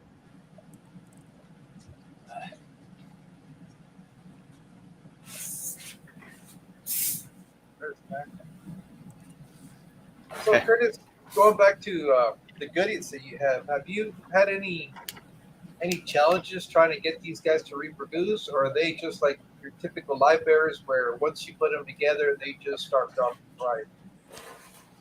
No, I haven't had much trouble. I mean, they're a live bearer, so the hardest thing is to get your hands on them. That's the toughest part. Because you can browse Aquabit all day, every day, and you may never see any. But you got to make that first contact with somebody. Like I met Greg, and then Greg gives me another name, and then that guy gives me another name. So now I have this list of names that I can sit here and email and say, hey, you guys find any of these? I'm interested. So now that's cool. I'm starting to get some emails like that now too about if you know who's might have these, let me know. I'm like, okay. I don't KGE, right? Yeah. Keith? Yeah. Yeah. He keeps a lot of Goodeids, and we have a Instagram messaging going on off and on, emails going off and on. When he's looking for something, I'm looking for something, and we help each other out. So do you think it should stay word of mouth? A lot of it is. There's a breeder in South Carolina that I've talked to a couple of times, and I've actually got some fish from him. And I said, man, why don't you come on YouTube? Why don't you advertise? And he's like, nope, I'm not doing it. Mm-hmm. This is what I do. And I know him through Greg Sage. Greg Sage gave me his contact information. I kind of like that part of it because it's insurance, because these are some delicate fish. These ain't just some neon tetras or whatever. Yeah. And nothing, not knocking on them. It's not that. I think what it is insurance. That there's a limited amount of them. That's the whole thing. So when you get them, you have to be responsible to make sure. It's not like you can get neons, and if they die, you go buy some more. Get some more. Deal. But with these fish, I found that there's a little bit more sense of a responsibility. It's not like something that you can say, "Oh, I want to try it because it's the new trendy stuff," and if it goes, it goes. You're dealing with species that could potentially no longer exist if you're not careful with them. I mean, that's just the reality of it. And so I can see the hesitation from trying to make them like a very marketable fish right now, because the quantities are not quite there yet. But I think as they proliferate and they get more of them, then more people can start kind of keeping these. And I think really what is more, even though like you said they're not that difficult to reproduce, you still have to have a certain level. That's what I was finna say. They specialize care fish, like them black chins. They're not easy to keep, and I think that's part of what to add on to what you're saying, George. I think the conception is, they live bears, they breed like pigeons, they breed like rats. I'm gonna just get some. Well, like what you were just saying, they kind of have some specialized care requirements. So you pair that with the fact that it's a limited amount. Some people kind of reluctant to just be like, "Oh, hey, here you go, box in the mail." Yeah. So 1,000%. A good example of that is like the trout Goodeids. I got 2 pairs. The first time I got a drop from them, I got 4. 4 total fry. 4. So you better do something to those 4 and don't let anything happen to them, because it's going to be 3 or 4 months before you get another 3 or 4. So it That's takes, part of it too. yeah, you have to take care of the whole thing. Well, there's only a limited amount in the country in the first place, and it's a high likelihood that they are related somewhere down their phylogenetic tree. So Yeah. that reduced fry drop is a direct reflection. Not necessarily. Some species have, like the least killies, they drop small drops over a period of time. But like once you start getting some of these in the hobby, a lot of them ain't coming from the wild because they're extinct or they such a rare, like it ain't worth the freight. It ain't worth the water, shipping the water for them because they're not commercial. So we got to think about that too, the diluted blood, all these different factors going into it. See, but these are good points because you actually doing it. It's stuff that you Mhm. experience. Well, and here you're going to this comment how Goodeids are like gold. Yeah. I think what it is it's like I said, it's if you really take into consideration that even though they're a live bird, it's not like a guppy that'll drop 100 fry at once. Mm-hmm. It's a longer process. That's probably the only reason why they've become extinct in the wild is because they don't reproduce as rapidly. So Yeah, they're not it able didn't to replace. it didn't take much of an upset to their habitat to just totally screw them up. Right. There you go. And Which means you got to figure that part out, husbandry wise. one thing that did happen in Mexico is there were some guppies released and there were some Mm-hmm. mollies released And some they gambusia. and some gambusia and they way out competed the Goodeids. Mm-hmm. You know, when they put the tequilas back in the wild, they Yeah. spent years before that cleaning that area up Mm. to get all those species out of there that shouldn't be there because they knew they couldn't compete with them. And they've been successful. I like Yeah. those old genetics. I got some out there. They're pretty. Yeah. Yeah, I love when and that's what it is. the And that's males what it is. when they turn black. Those are Yeah. awesome. Black with a bright orange tail. Yeah. That cool shit. And like I said, that's really the main reason is they can't. And it's not. Sometimes it's not even necessarily the water quality because everybody thinks that when fish are going extinct, is usually because something changed in the water. Well, fish are pretty tolerant and they'll adapt to most water conditions. Yep. The problem is they get an invasive species that outcompetes them, and that's why they start disappearing. Mm-hmm. And I think that's the same situation with a lot of these Goodeids. It's just been outcompeted because they don't, like I said, like what Curtis was saying, out of a whole entire clutch, they only put out 4 at a time, and it takes 30 days for the gestation period before they drop another 4. So those 4 could easily be outcompeted or eaten by another species of fish that's a little bit bigger, stronger, more agile than them, and there you go, they're gone. Shit, you get a drop of 4, you might get stuck with one adult out of that 4. Yeah. Well, and you got to be lucky because, like, when I bought the Omega Splendens, I got 8 fry. Yeah. And I'm talking, maybe 3/8 of an inch. Yeah. And I'm sitting here watching, and 6 months later, How many you got left? I got 1 male. See, that's how they do. 8 fish. I got 7 females, 1 male. Mm-hmm. But he did his job. I got a whole tank full of them now, but it was just like, yeah. If he wouldn't have made it, I would have had a tank full of females. I try not to do that when I send fish. I will send juveniles that I can tell males and females. Mm-hmm.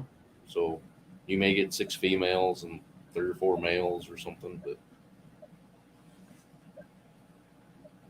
yeah, Nate was saying that those would be the first one that he was specifically kept alone. Yeah, it's just there is some responsibility and efficacy that has to go along with keeping these species. I know they're starting to get a little bit more popular, but hopefully it's for the right reasons and not just because, like what Steve was saying, oh, this is going to get me more views if I have this specific fish. Mm-hmm. There's some fish you can pull that off with. I don't think these species of fish are necessarily those. No, this ain't them. These are require a sense of responsibility. I almost feel like Peter Parker's grandfather with great power comes great Oh responsibility. shit! I was laughing and shit. Like, come Yeah, on, bro. You over yeah, here, but you over here, goddamn but chemo it's Sabian true and though. shit. It is true because just because there's a limited number of them available. That's the only. It's the Uh, truth, though. See, I feel like that. How they feel. I look when I saw the opportunity to get these Feliz Tico, but then I saw that they were a type locale, Rio Jautepe. I was like, oh fuck yeah, I gotta get these. These ones here. yeah. Then I see all these ones like that. They're minnows to the people in them countries, and I done been to most of them countries. So that happened with the Aploxylictes, Rancorelli. They got two names, and it's just synonyms. Aploxylictes is kind of hard to say. The other name is Poropanchax, Rancorelli, and I got a batch of like I don't know 5-6 fry, and I've been raising them, and now I think I got a trio for two shit show a pair. Like you can see already, they're about a half an inch long, and you can already see the dimorphism in them. Like you can tell the male, and the female. Cool. Lamp eyes are cool shit. They're cool. And they start that branching to posiliads too. Yeah. Yeah. As much as I like the Goodeids, and I want to keep them so desperately, but Think it's a heat. I have to practice. Yes, I have to practice restraint Mm-hmm. for the betterment of the fish because I can keep them in the winter, no problem. Mm-hmm. The problem is once I start hitting the summer months, what's the point of me trying to keep them if I'm just going to cook them in my tanks until my situation changes where I can keep this at a constant temperature as much as I want to, or unless I get the opportunity to keep a tank indoors. Then then I feel like okay, now I'm in a situation where I'm going to do good by these fish. But right now, I mean, I would die to have any of these Goodeids. But the problem is, I know, I would be sentencing them to death because my Bro, that's water. just being responsible. That's just the Well, right that's what I'm goddamn getting at. Is thing to just do. you just have to sometimes really put yourself in check because I mean, getting them would not be the problem. I mean, Curtis, I got access to them and stuff like that, but I really, really had to practice that whole restraint. Like, not doing the impulse because the impulse was strong to get them, but I have to be stronger to say, look, it's I as much as I want to kid myself that I'll pull them out, put them in a tote, and take them indoors. That's not going to happen. Now it's No, just a way for me to try to justify the reason why I get them. That's But that's why me and you need to go on that collecting trip. yeah, that Those fish see, you have to keep up and around that 80, that I 90 was just degrees. about to say. This is what should be your encouragement in your specific situation, Jorge, and then everybody. Deep dive and see what can live where you live that actually not only would be all right, but need that shit. Like this motherfucker need 90-degree water. Soda cichlids is one of these fish, right? I had to blurt it out there. Soda cichlids is probably one of the coolest fish to where they live in super alkaline, Yeah, dumbass rocks. water, bro. Like they should not, but they do. And they're cool as shit. And they are available in the hobby because here's what's happening. I'm gonna just come and say it. This is new because it's new on social media. This biology side of the hobby ain't nothing new about it at all. Nothing. It's been here. This is why we got old heads and old timers with basements full of shit all over the place.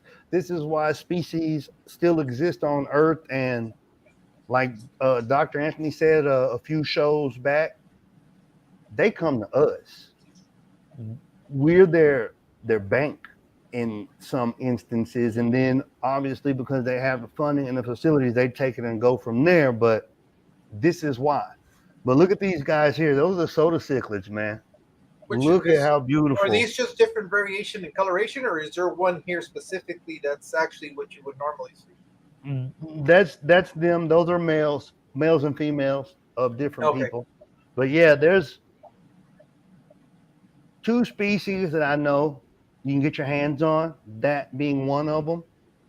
And okay, it's not one of your $200 chunking in a 400-gallon with 6 million other cichlid flex, peacocks, but it's still impressive to be a rarely seen wild type cichlid.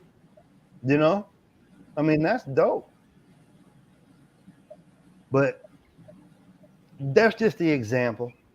Yeah. Looking at what can thrive where you live. I think you should go on that collecting trip too. And Besides, we get to hang out probably all weekend together. Oh yeah, yeah. We from what I understand, that's just south of Las Vegas, right? The location you were. Yeah. Now we probably have to stay out somewhere in Needles or something because I don't think there's anything. Well, there is a little rinky-dinky hotel out there in the middle of nowhere. No. Yeah, I'm still looking into the permits and stuff, but I think we can figure it out. You have to prove it to Nevada that you're capable and you know what you're doing. But yeah, that's what I don't- gotta say. You gotta study before you go on Yeah. this test. You can't just eat a bunch of But donuts and shit.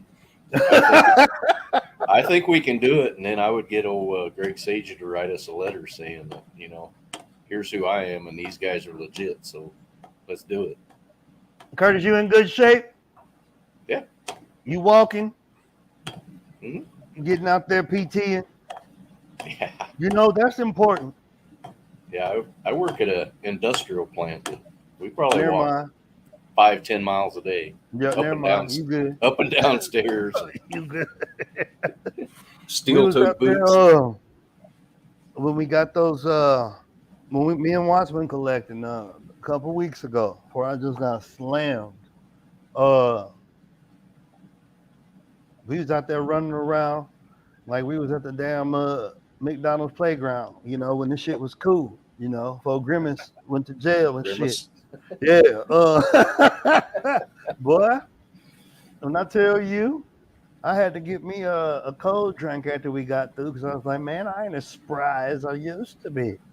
Like putting on the uniform and running around and shit, that's different. Even when I would come home on leave and go hunting or just go bushwhacking, the woods beat your ass. It's a different kind of physical exertion than, so that's important.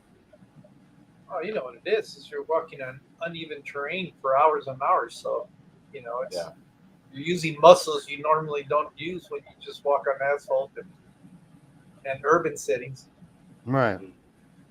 I think Lando had a question. Yes, for Curtis. You can put snails. Go ahead, Curtis. Oh yeah, you can put snails in with them. Yeah, you should put snails in there. You could put some guppies with them or some endlers with them.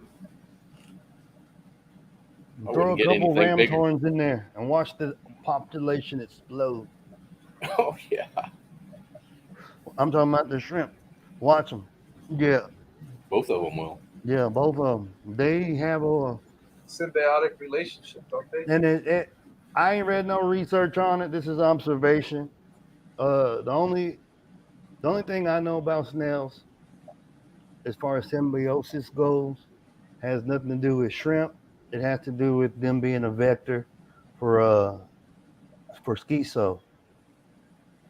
It's a parasite, and they're one of the life cycles. Yeah, they don't get infected. They don't do it. They just pass through it. They pass it through. But they got something going. The shrimp and the snails do. It's cool to watch.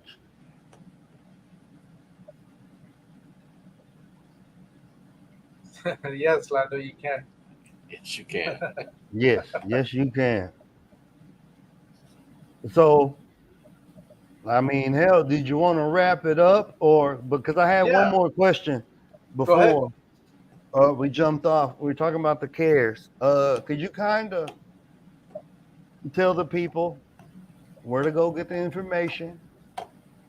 Take the intimidation factor away, and then too tell them about the process of if they have fish, the registry and the importance of registries. It's not clout, it's keeping it clean. So you can say you got 100% Posilia wingii that ain't never been nowhere close to a guppy, reticulator, that kind of stuff. When I was talking about Yeah. the NPK back in the day, or on the other show, the different grades of inlets. Mhm.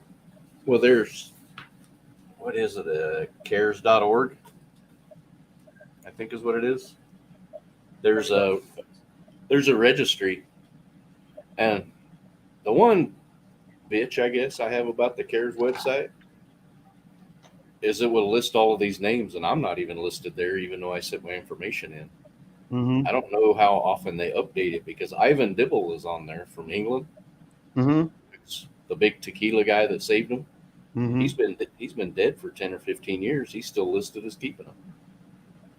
So I Yeah. don't know, but there is a I was registry. reading into that too when I got these cote to put on the registry because there's a time limit. It's like getting papers on a damn dog.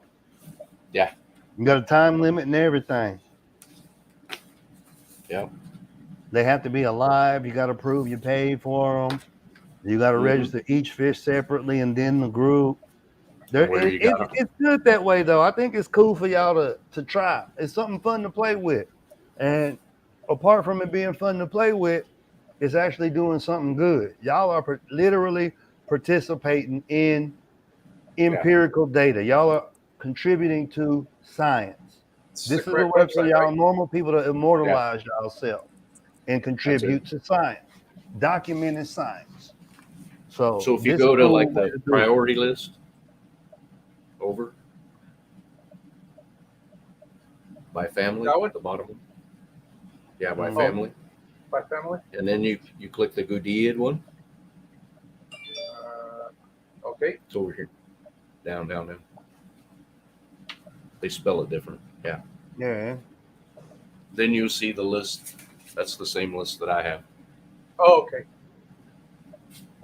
But you have to have the little, to tell you what these are, you got to have the little cheat sheet. Oh, okay. Because like CEW is extinct in the wild. Mm-hmm. CEN is endangered. In danger. CCR is critically endangered. VU is CVU vulnerable. CNT Yep. is almost threatened. It's near threatened. Yeah. Near threatened. Yeah. But if you just want to deep dive Goodeids, you want to go to the Goodeid working group. On here. Okay. Hold on. Yeah, it's a different website. It's a whole different. Oh, okay. Oh, let me look. What's it called? The Goodeids Working Group? Yeah. And you have two. There's an international one, and then there's a North America one. Mm-hmm. And if you're on Facebook, the North American one is a cool one to get onto because people post some fish and you're like, where the hell did that guy get that? Yep. But it's just the Goodeid working group.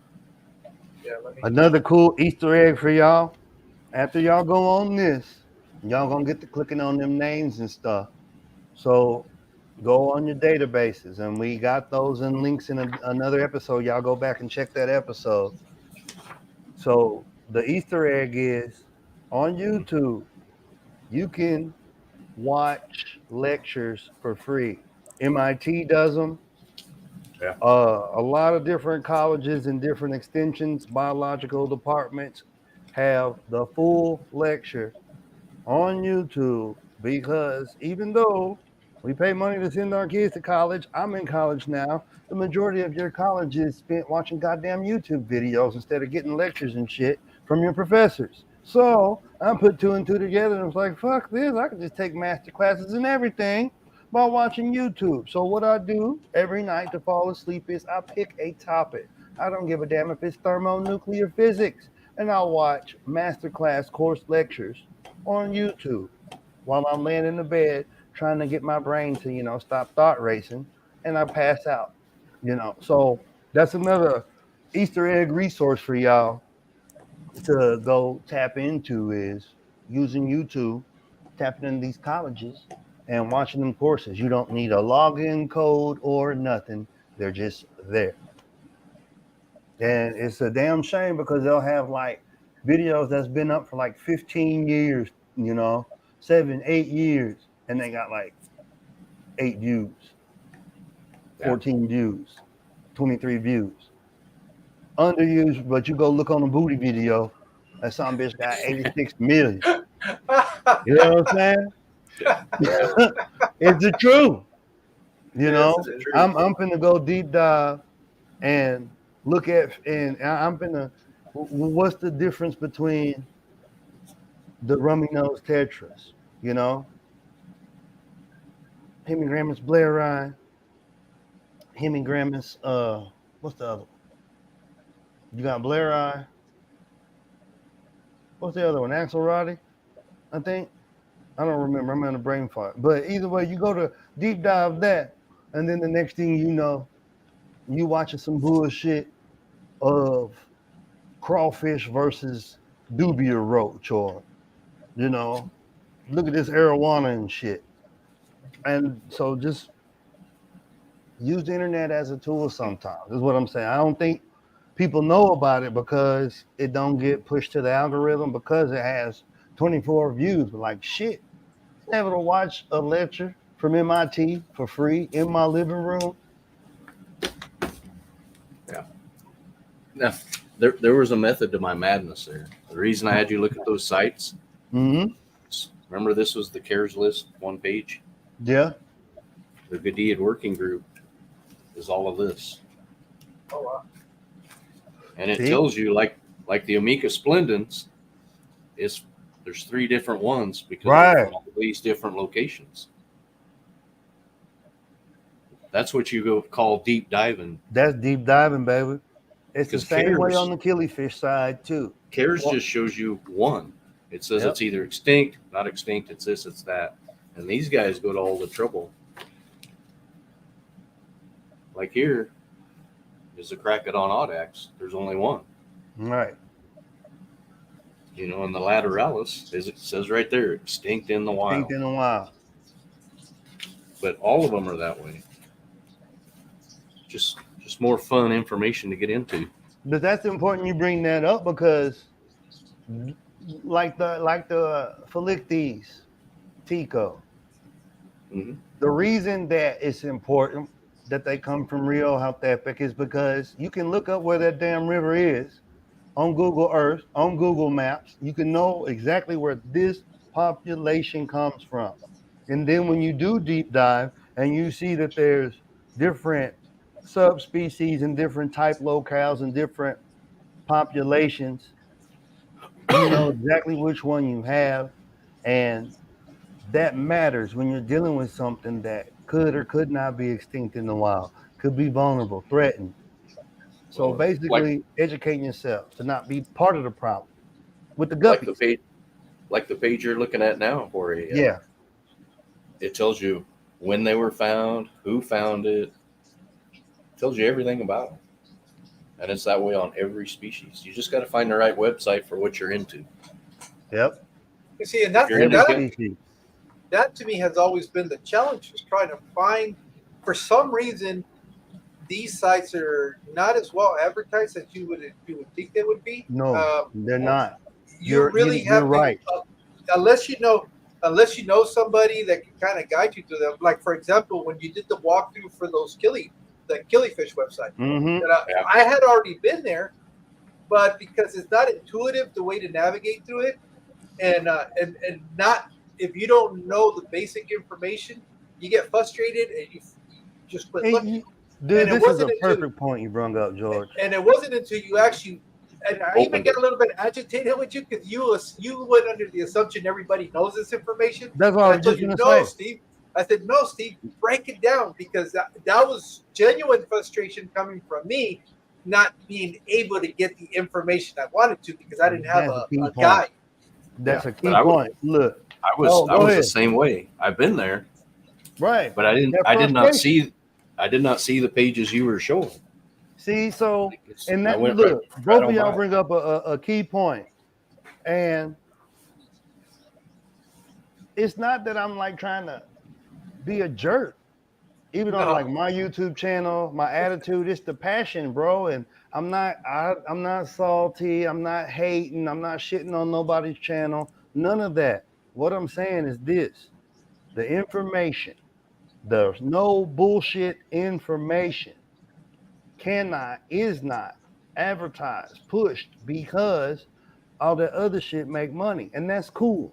This America, capitalism, blah, blah, blah. Fine. However, as creators in something niche, like dealing with living creatures like fish tanks, you're dealing with biology, you're dealing with science, a discipline. We have methodology.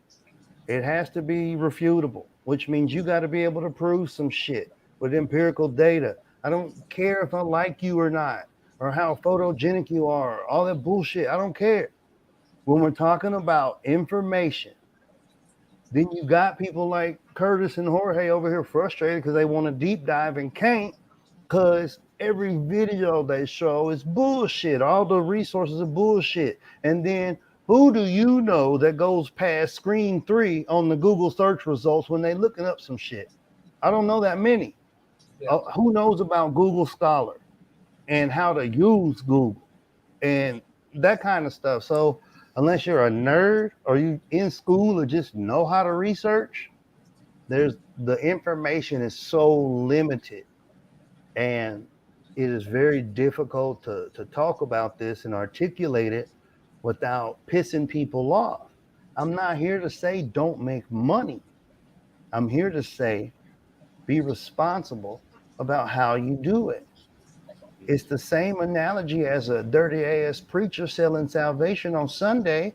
That's literally what you people are doing when you get up here talking shit, lying, and you don't have any kind of experience to substantiate it. And you haven't read it, you're giving unsound advice. That whole leaky bucket theory that I spoke of earlier. It's like they not lying, but they ain't telling the truth neither. It ain't worth the shit. Yeah. So Or they're not telling the is whole truth. exactly. That's what I'm saying. They're not lying, but this is important. The information aspect of it, being able to know where to go and how to look. And something you said, Curtis, every species, y'all, means every species. Pick catfish, you can deep dive, I promise you. Cichlids, you can deep dive. Tetras, don't get me started on that family. Like they're all there. You can deep dive on them all. And this is what's going on. On one side, you got these purist people. They're pure to the core. It's science. It's I'm not doing it just like old buddy in South Carolina. This is what I do. Then on this side, you got the internet people who they just want to be on the internet. They don't give a fuck about them fish. They just want to be on the internet. Or they're using it as an advertising tool, which is fine. Then in the middle, you got people like me, George, all of y'all watching who don't see the internet as a bad thing and think it's a pretty good tool to network and build bridges and bring motherfuckers together. But we see the bullshit on it. And then on this side, we see that, hey, y'all can't take that information to the grave with y'all, but God damn it, y'all got to make it more inviting. Y'all got to make it more. If you want to have a friend, you got to be friendly. Like when like me in my specific situation, I got a permatan. So when I go to these meetings and I feel like a goddamn spot on a Dalmatian, you know what I'm saying? It's like shit. But then, after 10, 15, 20 minutes of talking, and I use my social glue, also known as I'm a veteran, my social lubricant, and it's like shit. Now I can't get y'all to leave me alone, but it's fine. But these are things that need to be discussed, that need to be talked about if we really care about this hobby, these fish, like we say we do. And these are the discussions that I like to have. That's what I'm doing more on my live streams when I'm able to do them. Still don't have a schedule yet. It's beta testing. But And that's y'all that's both why on great points. that's why I got on YouTube to even begin with, because I had some of these fish way before I was ever on YouTube. I Me too. watched YouTube, Mm-hmm. but it was like I need to introduce these so that other people see them. And if I only get to Right. 20 people, that's 20 people. That's right. It's 20. Hell, I got 500. It ain't shit. So what? But here's Yeah. what's important. It's the substance of it. Okay? Mhm. I'm still, as far as I'm concerned, this YouTube thing has boosted Steve, my hobby. Gazillion. Meeting people. Like, Oh fuck, yeah. dude, I'm sitting at a picnic table with uh Jack Heller talking about Herbert Axelrod and shit. Really? Yeah. Because of the internet. Hmm. Oh, yeah, because of the internet. Yeah. I was sitting in That kind of Dallas stuff. eating donuts, with Jason and Joanna from Primetime. Just had a 45-minute conversation, just talking. Where would you ever get that in your life? Yeah. You know, but that's what I'm saying. Like scientists and stuff. These people, they're people, and we all have one thing in common. We don't like human beings per se, and we really don't even like talking. We don't like small talk, like bullshit.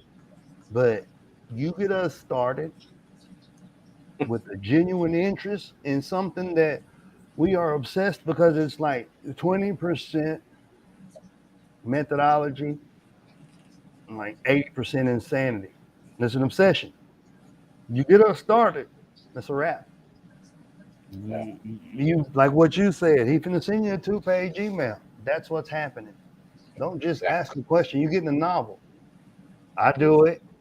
Like I it's fucked up because I'd be like, hey man, you like to read? And they be like, huh? I'd be like, you like to read? And they're like, yeah, why? I'm like, hold on, I'm about to send you some PDFs. And it's sad because I gotta ask people, do they like to read? Because it's 2023 and everybody don't like to read. Ain't nobody finna sit there and go look at no abstract and then be pissed off because the whole paper behind a paywall. Like me, I hate that shit. Oh God, you go and you'll get a sample, you'll get the abstract, and they might give you the first 3 pages, and then they do that shit to where like the information you Just need right there at the cutoff. And you're like, what do I do?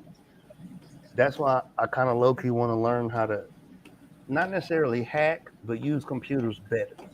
Yeah. yeah. Yeah. And that kind of, I think, is kind of what June is trying to ask is how do you determine whether the information you are being given is genuine information, or is it just somebody? I mean, is there a way to be able to tell, or is it just because you're constantly looking for information and then you just kind of compare it? How do you go about it, Steve? I'm gonna say what I do. Okay. And on the street level, what I've always said is I bring receipts. And then here recently, within the last few years, I've stepped away from using vernacular and I've been more impeccable with my words, saying exactly what I mean. You got to cite your sources, damn it. If you say some shit and it's not yours, then cite where you got it from. If you putting information out and you not in the bibliography like that contributed to that research, cite your sources or at least be able to give people the directions to where you got the information from. That's what I do. And I've done that since my first video. But as a consumer of information, Um, how do and as a you consumer, what I would say is research and vet things out. Once you do that, look at the consensus. So the average. If I'm Okay. looking up a guppy and I see 5 websites, 3 of them say this, 2 of them say this, then I'm gonna look at what is where's the nuance? What's the difference between these 3 saying this and these 2? Then I'm gonna deep dive on that, and then I just go from there. Here's a good one, and I brought this up on on a couple live streams, talking about the posilids, the wing gaze, the black bars that you have. And I was talking about the green water and how Dr. Endler found these things in pink colored water in Venezuela, and how they how information is regurgitated so much that people are so full of shit these days that they done goddamn copy and pasted the typo, and that people have gotten so lazy and so trusting that they couldn't even do a simple deep dive and go Google the shit on a map to see if it's plato or pato, because it's a big difference between plate and duck if you speak Spanish. And okay, it's not a big deal, Steve. To the most people, it wouldn't be, but I do speak Spanish. So if I went down there and told a homie to bring me to Plato Lake when it's Pato Lake, or I told him to bring me to Pato Lake when it's Plato Lake, and that was the difference between, an international incident or me getting the damn fish, what the fuck? So you take that little silly example like a typo, right? The name of a locale, and you expand that, you add that to anything like the nitrogen cycle, like the plopping and dropping fish versus dripping them, or any of this silly bullshit, and then what you get is this stew of doctrine and rhetoric, but there ain't no science in that shit. Or you could go all the way back to the original sources, right? Them old ass books that Linnaeus wrote, that the source wrote from like 1863 and shit. See what that says, and then go from there. Look at the modern information, because shit does change. We do got new research and developments, and then you make your own choices as an educated, responsible adult. And that's how I discern bullshit. That's why I say the difference between that nuance dictates the difference between having done something and that motherfucker full of shit. I'm not being no pissed off Negro when I say that. I'm talking about the actual scientific method, refutability, observation, hypothesis. If you're going to infer something, you better be able to test it. What is science? Explanations for natural observations. I ain't trying to teach a biology class, but goddamn, we got people making millions of dollars, hundreds of thousands of dollars off of this shit, spreading misinformation. I've been on YouTube since 2011. I got 500 subs. That's what I'm saying. So if that answers your question, June, research it good and, do an average. Go ahead, Curtis, my bad. One of the things I look for when I'm reading something is, where are the facts? There you go. Is it a whole page of this person's opinion, or does it say, in 1919, Dr. So-and-so or whatever? If they're stating facts, that they did some research before they wrote that paper. Right. I see so many of them that are like not even a Wikipedia. They're worse than that. It's just somebody's, it's like, that's so bad. Yeah. Wikipedia started out well intended. It really was. It is and was intended to be a great thing, but, you have to use discernment. The good thing about Wikipedia, and I will say this is why I still will include Wikipedia as a resource, is because they do have bibliography. Now, the majority of them are dead links, but you never know. They're good enough to tell you it's a dead link. but maybe you can take this information, copy and paste it into your browser. This specific link don't work, but this a little bit of a little nuggets for you to keep going on the trail, some crumbs, if you will. So I So that's really think that it boils down to just the individual person. And this echelon of the hobby that we've been pushing here for the whole year, really, Jorge, is the differentiator between if you are a hobbyist or if you just a motherfucker with some fish. And this is good because these like June, that's a question that hobbyists ask. I want to know, I want to learn, I want to know for me. And then you build off of it with your experience, right? So like as I get older, I'm learning this. You got intelligent people, you got smart people, right? But you can't take that intelligence, right, without life experience and convert it into wisdom. The experience is the catalyst that takes all this information, this learning, this intelligence, and that's what converts it over into wisdom. And the longer I'm around this some bitch, the more I learn that is you have to trust your intuition. Like, fuck what such and such said. And like that's why me and Watts hit it off so good. He trusts his intuition, you know. He deep diving now, but the way he was able to shortcut and get to the level he's at of breeding some of these fish is because he trusted his intuition and he did the research. But really, it was the experience, it was the hands-on, it was doing it. Well, if I do this, that didn't rock them too right. I know I read you're supposed to do this, but that sounds like some bullshit. Let me tweak it a little bit. Boom, I got it. And that's how you do it, man. Well, that's what works for me. That's what I'll say. Curtis, you had something. You got anything else to add? We've been going at it for 2 hours. No, Look at that. Yeah, I know. That's funny, man.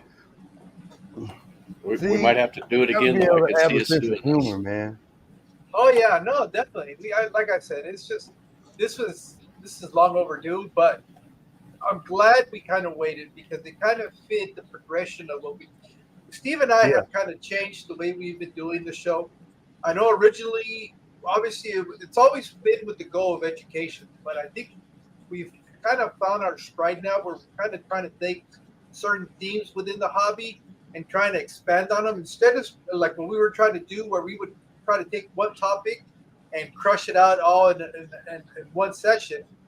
We've matured a little bit in the way we're doing this, and we're figuring out why are we trying to do everything in one single episode, but we can kind of expand and try to present these topics in a little bit better method. And I think we're starting to find that groove. Steve and I where we're starting to visualize what we're going. I mean, we always had a direction of what we wanted to do, but I think now it's become more attuned to what we're trying to do, and we're figuring it out. And it's like, okay, well, now our conversation are not so much what do we want to talk about this weekend. It's more like, okay, we already talked about this. If we go and bring somebody that knows a little bit more on this topic, we can continue to expand and grow that direction. So having you on today really ties in perfect with what we've been doing this whole last five or six streams that we've done. We're starting to all kind of tie in, and it's a series of streams. And so that's kind of what we're doing, and you'll see it if you're watching us and you've been watching our live streams. You start picking up in the progression, and it's what's the beauty of this. It's all kind of just organically. It just kind of starts heading down that path, and it's like, oh, you know what? We talked about this in this live stream. I think so and so would be a perfect person to bring on to kind of tie in that side of it, and so that's. At least for the short term, that's what we're working on because, things always change. I know I had a conversation with Steve today. I mean, not today, yesterday, because this is the longest that Steve and I have gone without really having any phone calls, even if it's just a 30-minute call, which those are rare with Steve. when Steve calls, set aside a couple hours. You're gonna talk about everything, which is fine. That's perfect. That's great. But I know Steve was really busy because we hadn't had even a, hey, dude, real quick, this, and that. So I even told Steve, look, man, I understand life takes precedence over everything. And if things are getting to the point where we need to step back a little bit, let's do that. Because the last thing I want is for what we're doing to become a burden. And that's where you start getting burnout and you start losing interest and you don't want to do this anymore. But Steve was just like, no, man, don't worry about it. It's a point in his life right now where a lot of things, he's juggling a lot of things and trying to keep it all balanced. But as long as he keeps telling me, yeah, I'm good. Bro, yeah, we had a damn good show today. Yeah. Oh, yeah. You know, like that's what I'm saying. But back to what you were saying, this whole thing, it even started. I was in the Dominican Republic. A few weeks later, you was in Mexico.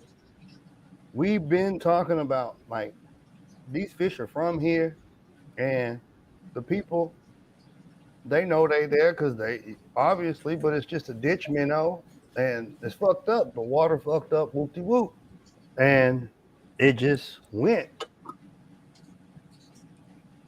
Yeah. So and we're not done. No. And for next week, were you able to confirm that? Oh, I didn't do it yet, but Okay. we should be good. It's hard in the calendar. Okay. Ain't no shit. It's good. It's good. Yeah. So next we'll be talking a little bit more about collecting out in your local waterways. So And some more Nice. loud bearers too. Some more rarities. Nice. so Uh, I mean, and then after that, it's basically that's kind of where we're going with it right now. It's we've been very fortunate to line up some really cool hobbyists that are willing to share their experiences, and it's all kind of been tying in naturally. And mhm. even when we started with this one, Steve and I kind of did our little wish list of who we would love to be able to have on the stream, and we've been very fortunate that every single one of those persons has said yes to us so Yep. far. And Yep. They hit and us it was up. all, yeah, it was all intended to have this sequence of topics that we've been having, so that they're all kind of tying in one way or another with each other. So Right. hopefully we can continue that, and I think I don't know, to be honest, I don't even think we could stay on this same path and we wouldn't hit an end because it's just so much information. But Right. Well, I I'm think about to do that now. I'm about to make some insurance. What I yeah, would encourage y'all to do, don't get overwhelmed. This is fun. I would encourage y'all to go to the library, especially if you live in the middle of nowhere. Go to the library, go to the biology section, the animal section, the plant section, get books on fish, plants, all that stuff. The old books. You guys are gonna find some jewels in there.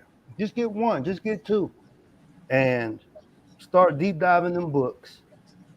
Then take what you get out the books that resonates with you, and then bounce that off the internet and see what you get. And it's non-ending. It's free, and it's something that everybody can do. I think the biggest part of this thing, Jorge, is it ain't popular because ain't no money behind it. yeah, but we're not doing it for the And I popularity. want to We're keep doing it it, that way. yeah, So the library free. You can go look for the oldest books you can find. So that's the thing. Like look for shit that was published in the 90s or in the 80s. The 60s, if you can find something that was published in the 60s, in the 70s, that was the heyday. A lot of those theories have thusly been changed, but it's so cool to see. That's the foundation right there, y'all. Like when he said he had to get them, he had to get some cichlids, his first fish. I want to ask you, were they Cyclosoma miki? Because back in the day they were Cyclosoma miki. Now they're Thorictis miki, the Yucatan, the fire mouse. Yeah. No, I had to go the Oscar way in the Piranha You went way. Oscars? Yeah. Not for long. I don't have anything against them. It's just Yeah, they're pretty. Yeah, you better make that clarification. June's in the chat. She's gonna come after you. Yeah, no, Say Oscars anything are bad cool. about- Oscars are pretty. I like People them. just don't take care of them There's right. very few people I wouldn't want to piss off, and June is one of those. I tell Vibes that all the time. I sit there and see his Frontosa every week when we live stream, and it's like, it's not that I don't like them. I just don't want them for myself. Yeah. I like to If look I at had- I like if to I look had at the room- yours. Yeah, if I- if I had the room, I have me some badass wild type Oscars, like some real Yeah. for real ones. Like I'd spend Yeah. money on them because they're That's high the thing dollars. is If I having had the June's room- tanks, if I Yeah, had June's or like tanks, one of them I would. subspecies or a type locale, a wild type Oscar. Hell yeah, I'd do it. They're cool Yeah. fish. I I don't. ain't gonna talk about eating them because I don't want to piss June off either. But I got this picture of some fried black acara from when I was in Guyana. Hey, shit's eat good, bro. But let's get over here, man. All right. Well, again, I want to thank everybody in the chat for hanging out with us today. Curtis, always a pleasure. Always a Yeah, it was pleasure. good. Thank you so much for coming on. This is the first time that I've actually been able to share the screen with you and have a in-depth conversation. Usually, it's always kind of we hop on and a little bit of this and that. But this was real. I really enjoyed this.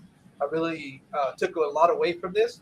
And well, Steve, you know how I feel about you, man. I really appreciate everything that you've taught me, and We'll be good. and just want to say thank you guys. And next stream we do, it'll be It's interesting. gonna be just as good as this one. Oh yeah. So for that, Like, thank we you went guys. over and, today, so y'all know this was a good one. so we'll catch you on the next stream that we have. So thank you very much, and All we'll right. see you later. Peace.